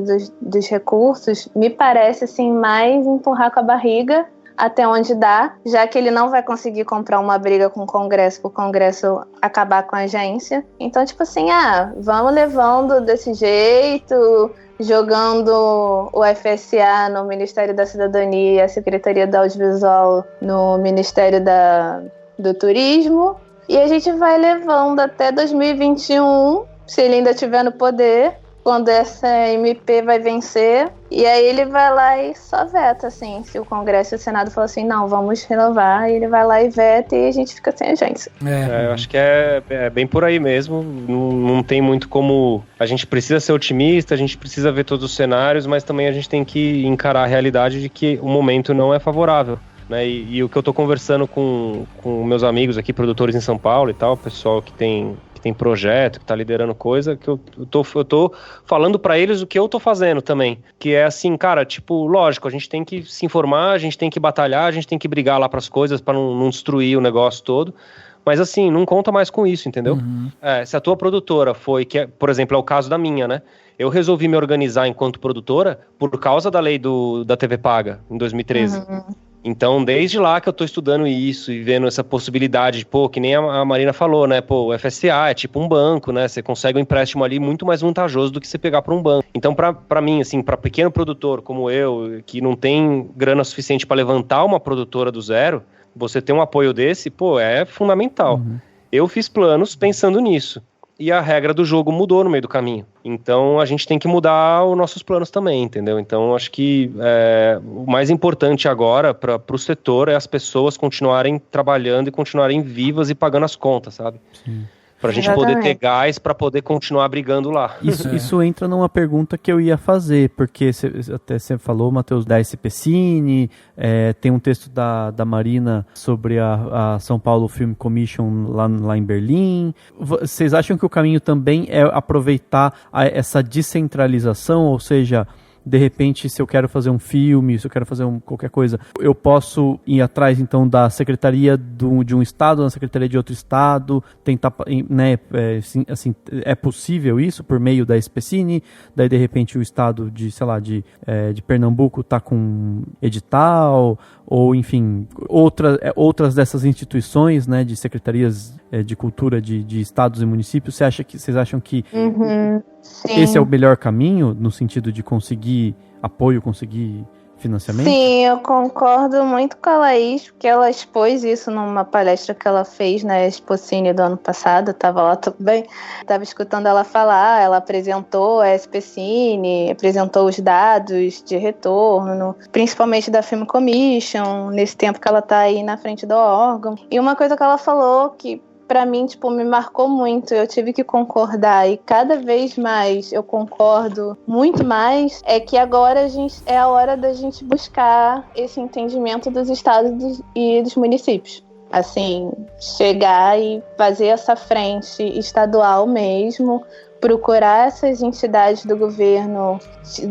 estadual, sentar e falar, olha, isso dá retorno, isso é bom para o estado, é bom para a cidade e bora investir. É uma coisa que o Rio de Janeiro está quase nulo, assim, tem muita produtora fechando assim aqui. Quem tem condição tá fechando aqui e abrindo em São Paulo, porque a SPCine realmente está abraçando, assim, tá sendo uma mãe, tá botando no colo, assim, tentando levar para frente. Mas é aquilo, né? Ela não pode ser a única. Então, isso precisa ser copiado em outros estados. Então, a crise do Rio de Janeiro está muito grande. Quem está podendo migrar está fazendo isso. E a gente tem São Paulo, que está muito forte por conta da SPCine. E tem Belo Horizonte também, que está começando a apontar aí.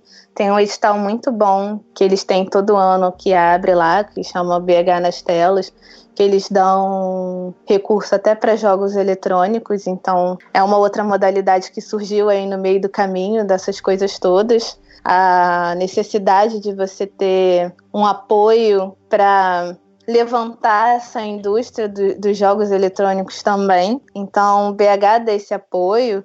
É um mercado cinematográfico não tão grande assim que nem em São Paulo e Rio de Janeiro, mas ele está cada vez mais colocando os punhos para fora, né?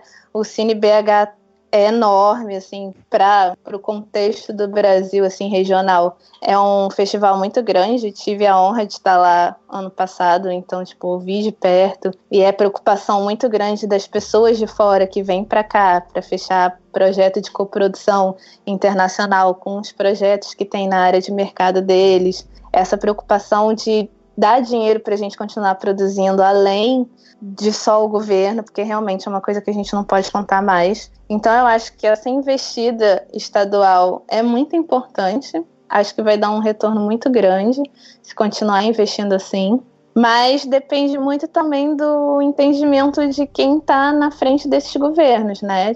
Aqui no Rio é praticamente impossível, porque se tem um prefeito que também é evangélico, que caga baldes para a cultura.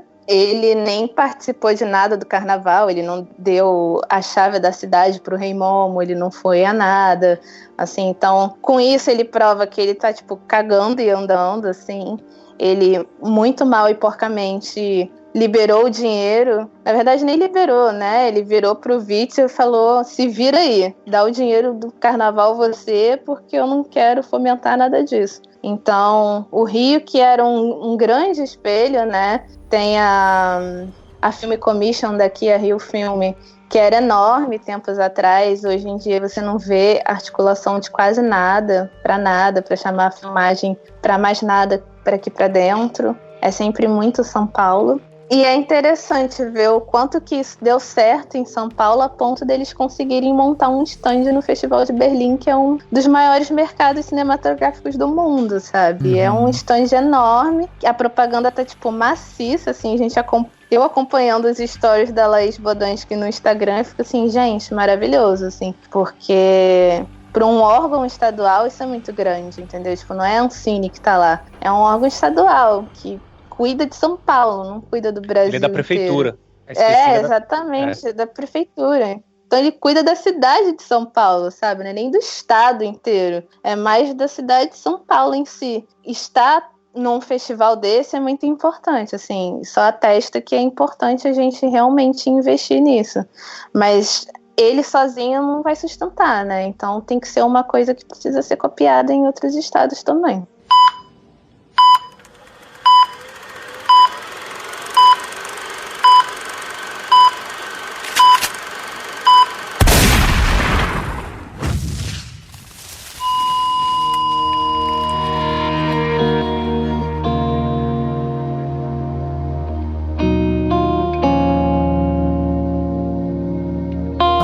Tem aqui um público interessado em saber como é que tá a situação do cinema brasileiro e tudo mais.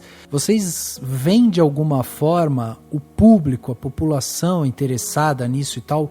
Como que esse povo pode ajudar de alguma forma a que o cinema, sabe, continue respirando, que a gente tenha de repente uma retomada aí de alguma forma, né, que ajude os produtores e tal? Vocês veem assim algum movimento popular nesse sentido, assim? Qual seria a recomendação de vocês para nossa audiência, por exemplo? Cara, acho que seria no contexto de educação mesmo, assim, tipo, simplificar ao máximo o que cada coisa significa, porque realmente você chegar numa discussão e tacar o site da Ancine para uma pessoa ler, primeiro que o brasileiro, como a gente sabe, quase não lê. Então ele não vai tirar o tempo dele para ler 28 páginas de uma instrução normativa da Ancine falando como que é a prestação de contas, por exemplo, com vários termos ali difíceis de ser entendidos, né, que por mais que dê uma legenda lá em cima, o que cada um significa, você fica perdido, porque se você não é do setor e você não estuda isso, você não lê, você não tem esse embasamento prévio, você não entende quase nada. Então eu acho que deveria ter uma articulação das pessoas em prover essa educação, assim, de mostrar em termos mais simples o que isso significa. Tipo, a gente não tá roubando dinheiro de ninguém, a nossa profissão é digna como de qualquer outro, como de um médico, de um advogado, de um engenheiro. A gente dá muito mais retorno pro país do que muitos políticos que estão aí sem fazer nada, né? Então, eu acho que precisa ter esse viés da educação, porque é uma coisa que a gente não tem. A gente não tem essa premissa de se ver na tela.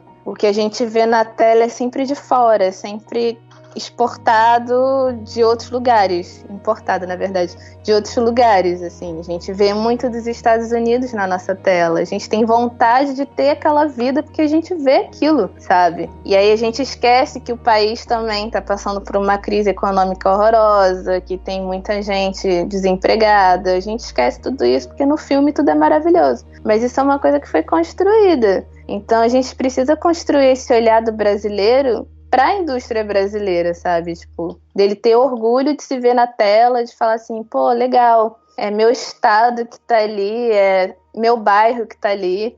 Eu fiquei pensando muito isso quando eu vi o Temporada, né, que é um filme de Belo Horizonte, da Filmes de Plástico, e ele é filmado num bairro de Belo Horizonte. E eu fiquei pensando muito isso, tipo, cara, que bacana, imagina você poder ver seu bairro numa tela de cinema, sabe? Tipo, você pagar o ingresso de um filme pra ver o bairro que você mora, que você nasceu, exposto na tela, e você reconhecer, tipo, as dificuldades daquelas pessoas, por que as pessoas fazem aquilo, e você fala assim, pô, verdade, que importante, assim, eu me reconhecer como brasileira, como mineira, como belo-horizontina. Então, eu acho que é muito importante a gente ter essa educação, assim, de a gente mostrar a nossa cara para as pessoas, entendeu? Porque a gente realmente não tem isso. Quando a gente abre um Netflix, muito dificilmente a gente vai acabar vendo um filme brasileiro, é sempre um outro título de outro país.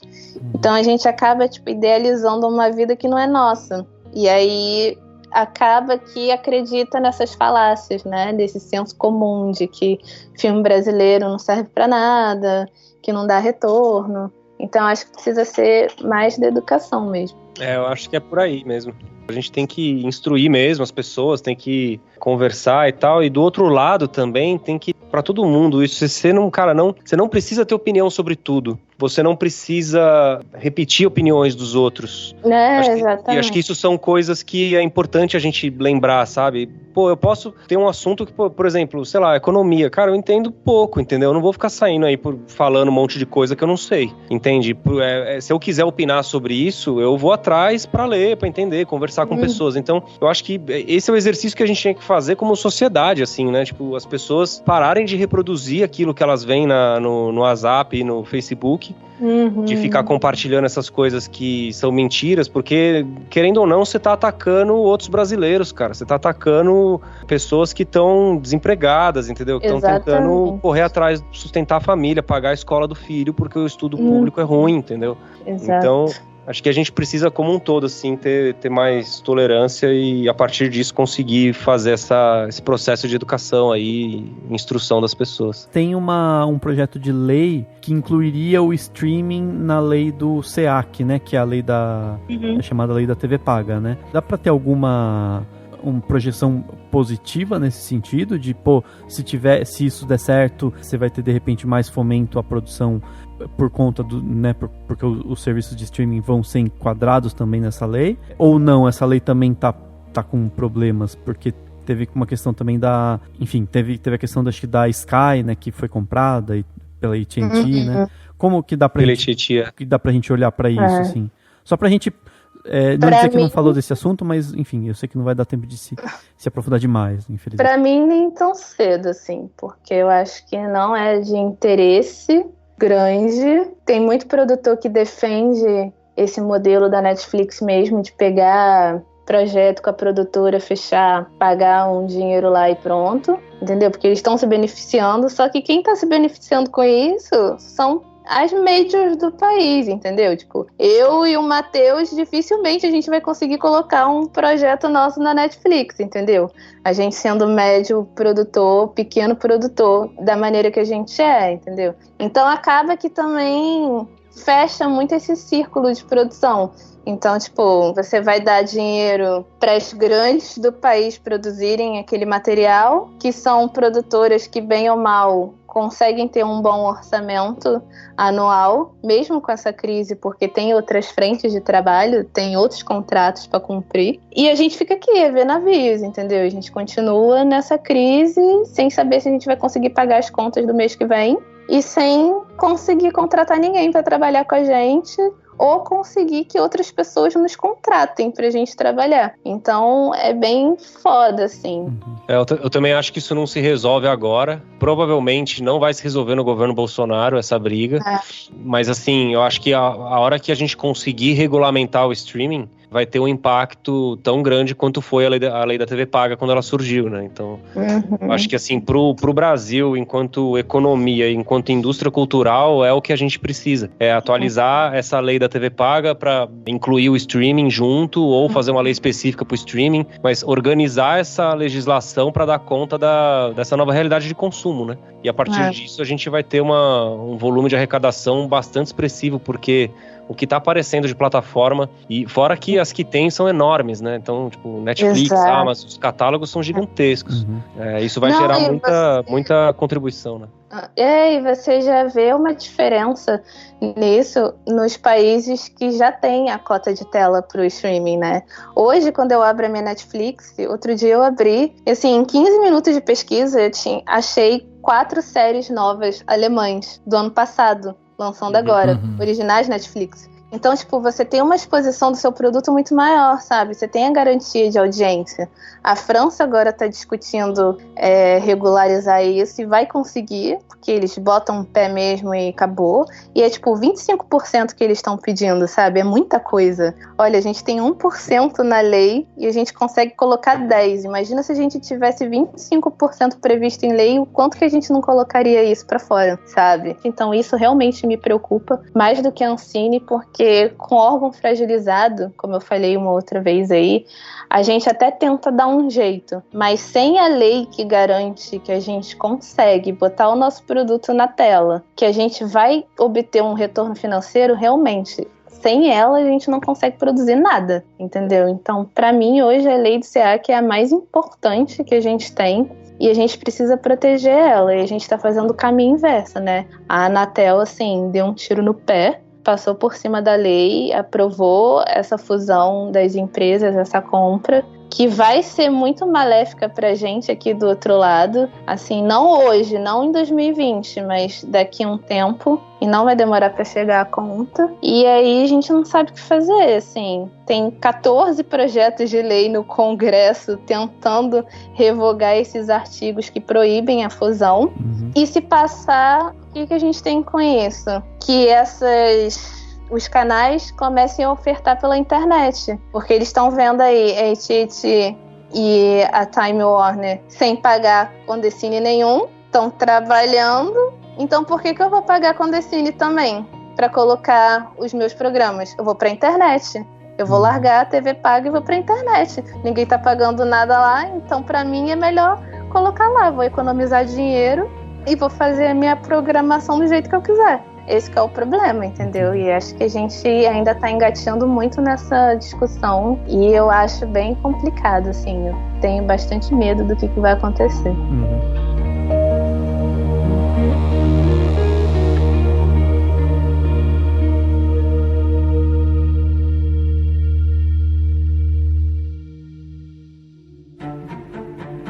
Dicas para a sua semana? No Plano Detalhe.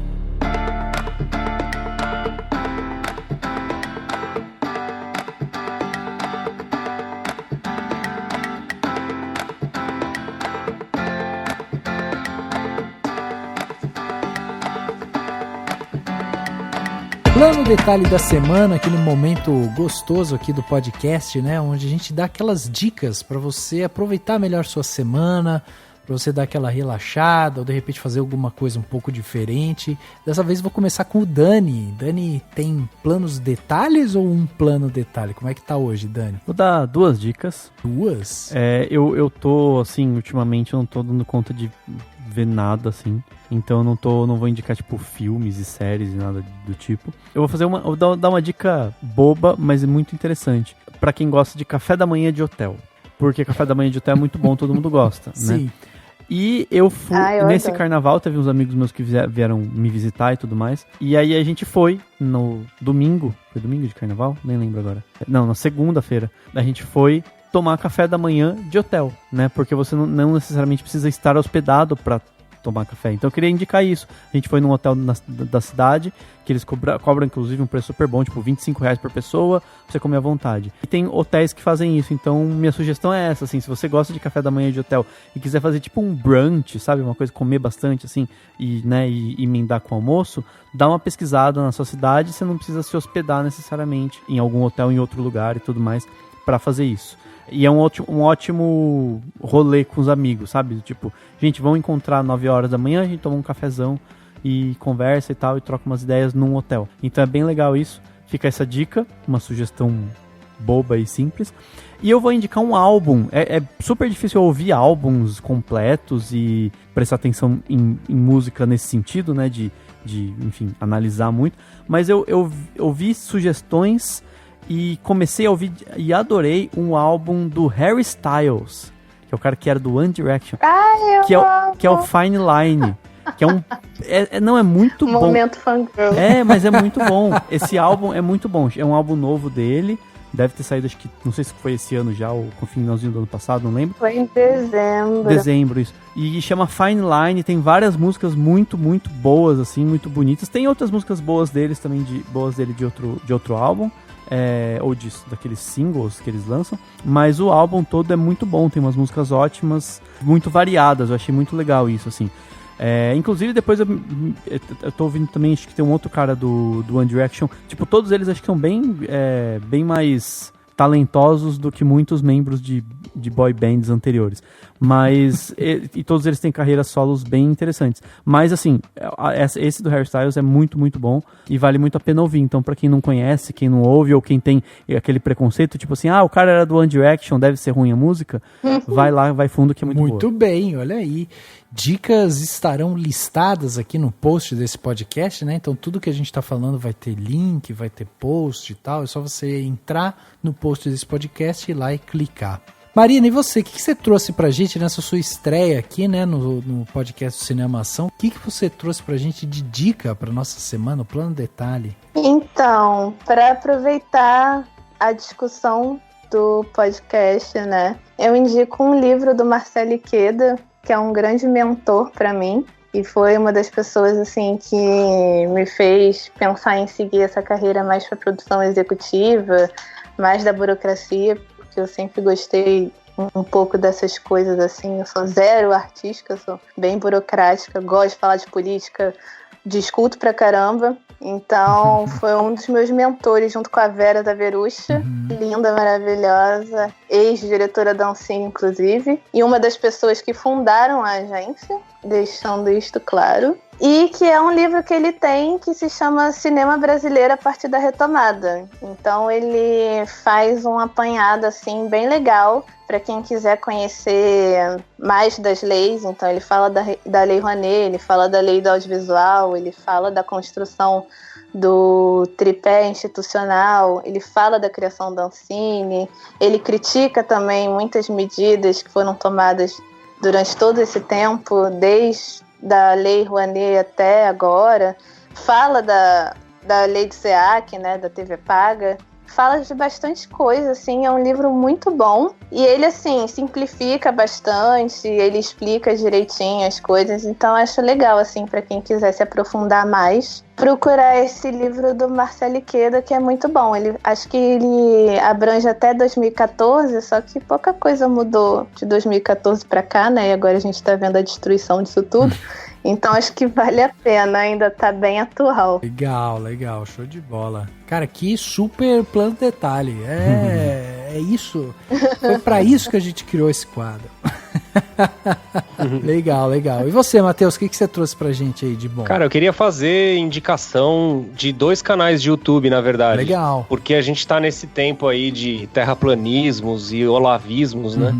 E a gente vê, sabe, a educação e ciência no país sendo cada vez mais, né, atacadas, e eu acho que a gente precisa valorizar as iniciativas que tratam o assunto de uma maneira mais séria. Então, eu queria indicar um canal estrangeiro chamado Seeker, que ele aborda sempre temas relacionados a universo, formação de planetas, a própria características da Terra e tal. É um conteúdo bem completo, pra você ver que a pesquisa que eles fazem são vídeos curtos, de 4 minutos, 3 minutos, mas a pesquisa por trás você vê que é bem estruturada, as imagens são bonitas, é um canal super bem produzido.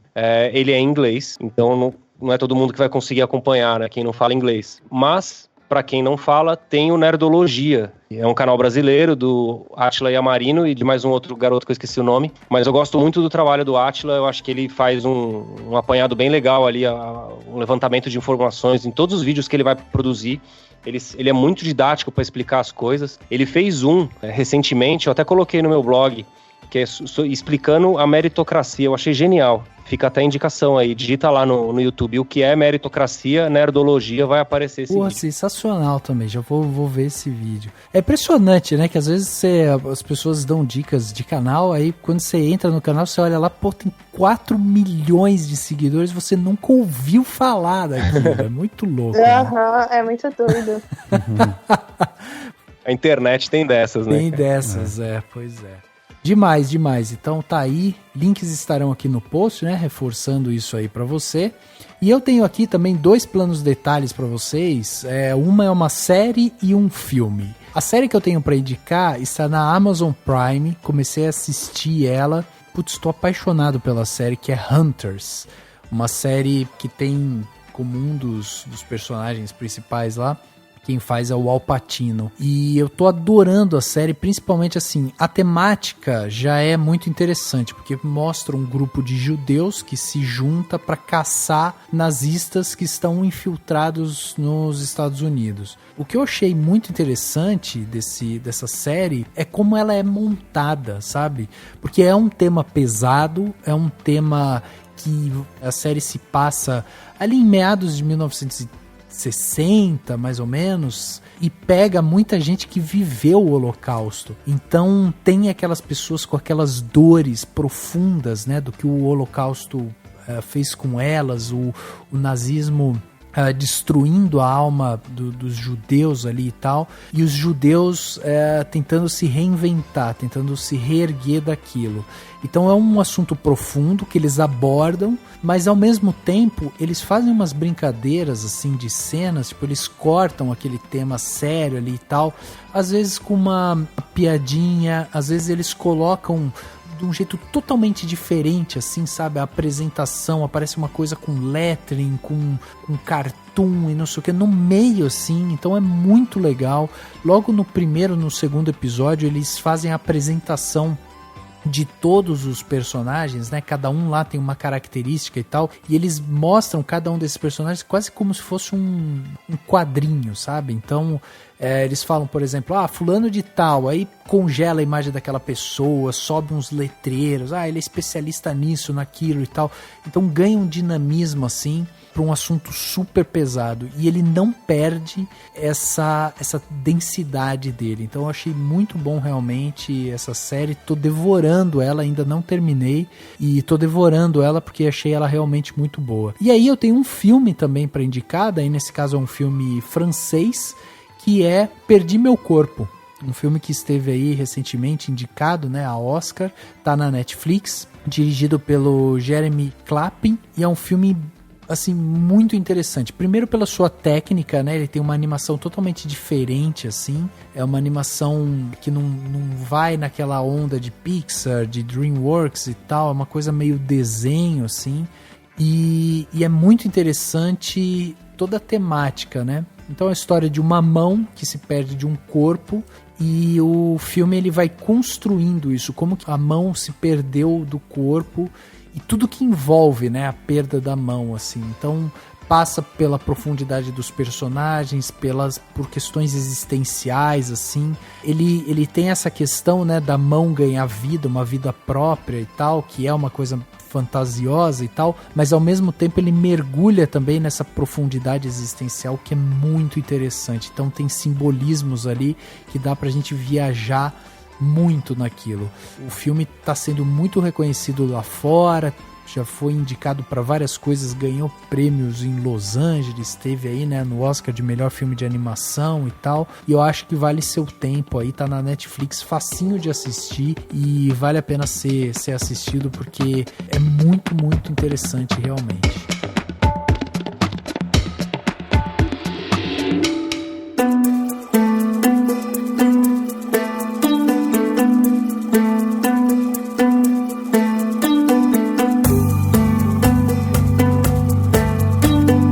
Chegando aqui no final desse podcast Cinemação 355, falamos aqui sobre cinema brasileiro, mercado audiovisual, Ancine, fundo do audiovisual, produção, falamos sobre tanta coisa bacana e é muito interessante a gente ter aqui duas pessoas que estão ali com a mão na massa, né? Porque eu e o Dani somos teóricos, né, Dani? A gente só fica fala discutindo, a gente não faz nada, só propaga a palavra aqui e a gente traz essas pessoas aqui para ensinar um pouco a gente. Então eu queria agradecer, Marina, queria agradecer sua presença aqui com a gente, uma estreia com o pé direito, adoramos ter você aqui, foi fantástico e queria que você deixasse, né, seus meios de contato aí, onde que você está, como que as pessoas fazem para acompanhar seu trabalho, ver suas opiniões aí, né, sobre política, audiovisual e o que mais você quiser falar, como é que faz para te acompanhar? Primeiramente, obrigado pelo convite, adorei também essa troca de informação, de opiniões, sempre muito boas, acho que a gente tem que fazer isso mesmo. Ter mais programas sobre isso na internet falando sobre o mercado, porque realmente é uma coisa que as pessoas precisam saber e elas não sabem tanto, né? Sempre fica aquilo pormenores. Sempre foi por menores. Exatamente. Mas vocês me acham no Twitter. A minha arroba é rusninabi. E é lá onde eu posto os meus textos, onde eu divulgo meus textos, onde eu divulgo as minhas opiniões, onde eu faço threads fora da curva, criticando várias coisas. Critico mais do que elogio. Acho que eu devia até elogiar mais o trabalho dos amigos do setor, mas é porque realmente a gente vê coisa errada e eu não consigo ficar quieta. Então a gente tem que falar também um pouco. Então, acho que minha atividade é bastante no Twitter, assim. Então, quem tiver Twitter e quiser seguir, fica à vontade. Legal, pô, show de bola. Fica aí, então, a recomendação para as pessoas acompanharem o trabalho da Marina. Mais uma vez, muito obrigado. E, Matheus, obrigado também. Segunda vez que você vem aqui doar seu tempo, né, para ensinar um pouco a gente aqui sobre esse mundo tão complexo que é da produção de cinema e audiovisual no Brasil. Então, muito obrigado aí pela participação aqui. Também queria que você deixasse aí, né, site, e-mail, o que você quiser, Twitter e tal, para as pessoas também acompanharem seu trabalho aí. Legal, eu agradeço aí vocês de novo pelo convite, é sempre muito bom estar aqui conversando sobre o mercado e falando essas coisas. Para quem quiser aí me seguir, então, eu tô basicamente mais no Instagram e no Twitter também. Nas duas redes é o mesmo nome de usuário, então você procura lá por Macollen, né, que é o meu nome, Matheus Collen, então fica Macollen. E quem quiser saber mais aí sobre o mercado, notícias e resumos dos eventos, principalmente, né, eu tenho esse hábito de, quando eu vou nos eventos, eu assisto os painéis, anoto o máximo de informação que eu posso e depois eu publico tudo lá no site da Origina. Então, quem quiser navegar nesse conteúdo é só entrar lá, originaconteúdo.com.br. Lá tem meu blog também, então tá tudo ali dentro. Quem quiser entrar em contato, ali é o caminho. Pô, sensacional. É, muito bom. Bom achado. Bom achado, pois é, muito bom. Gente, obrigado novamente pela presença de vocês, foi incrível. Dani, obrigado também por mais um podcast gravado. Eu que agradeço, obrigado Matheus, obrigado Marina, obrigado a todo mundo que tá ouvindo. E assim, espero que o podcast consiga dar um pouco de poder para as pessoas, né? Porque afinal de contas conhecimento é poder. Então agradecer a todo mundo que tá ouvindo esse podcast até o final e pedir para todo mundo passar a palavra também, né? Mostrar para as pessoas esse podcast para entenderem melhor o que tá acontecendo no audiovisual e por que tá todo mundo tão preocupado. E é isso, e lavem as mãos porque pelo audiovisual você não pode estar doente. É isso aí. É verdade. Se preocupe mais com o audiovisual brasileiro do que com o coronavírus. Exatamente, porque ele não mata, né? Pior estado, tá fazendo mais vítimas do coronavírus. Exatamente. Gente, obrigado novamente. O podcast Cinemação 355 fica por aqui e a gente se vê no próximo.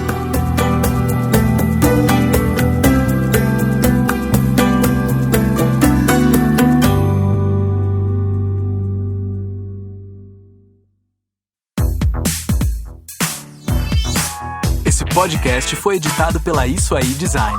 Tudo isso é forma com função. É design estratégico. É isso aí.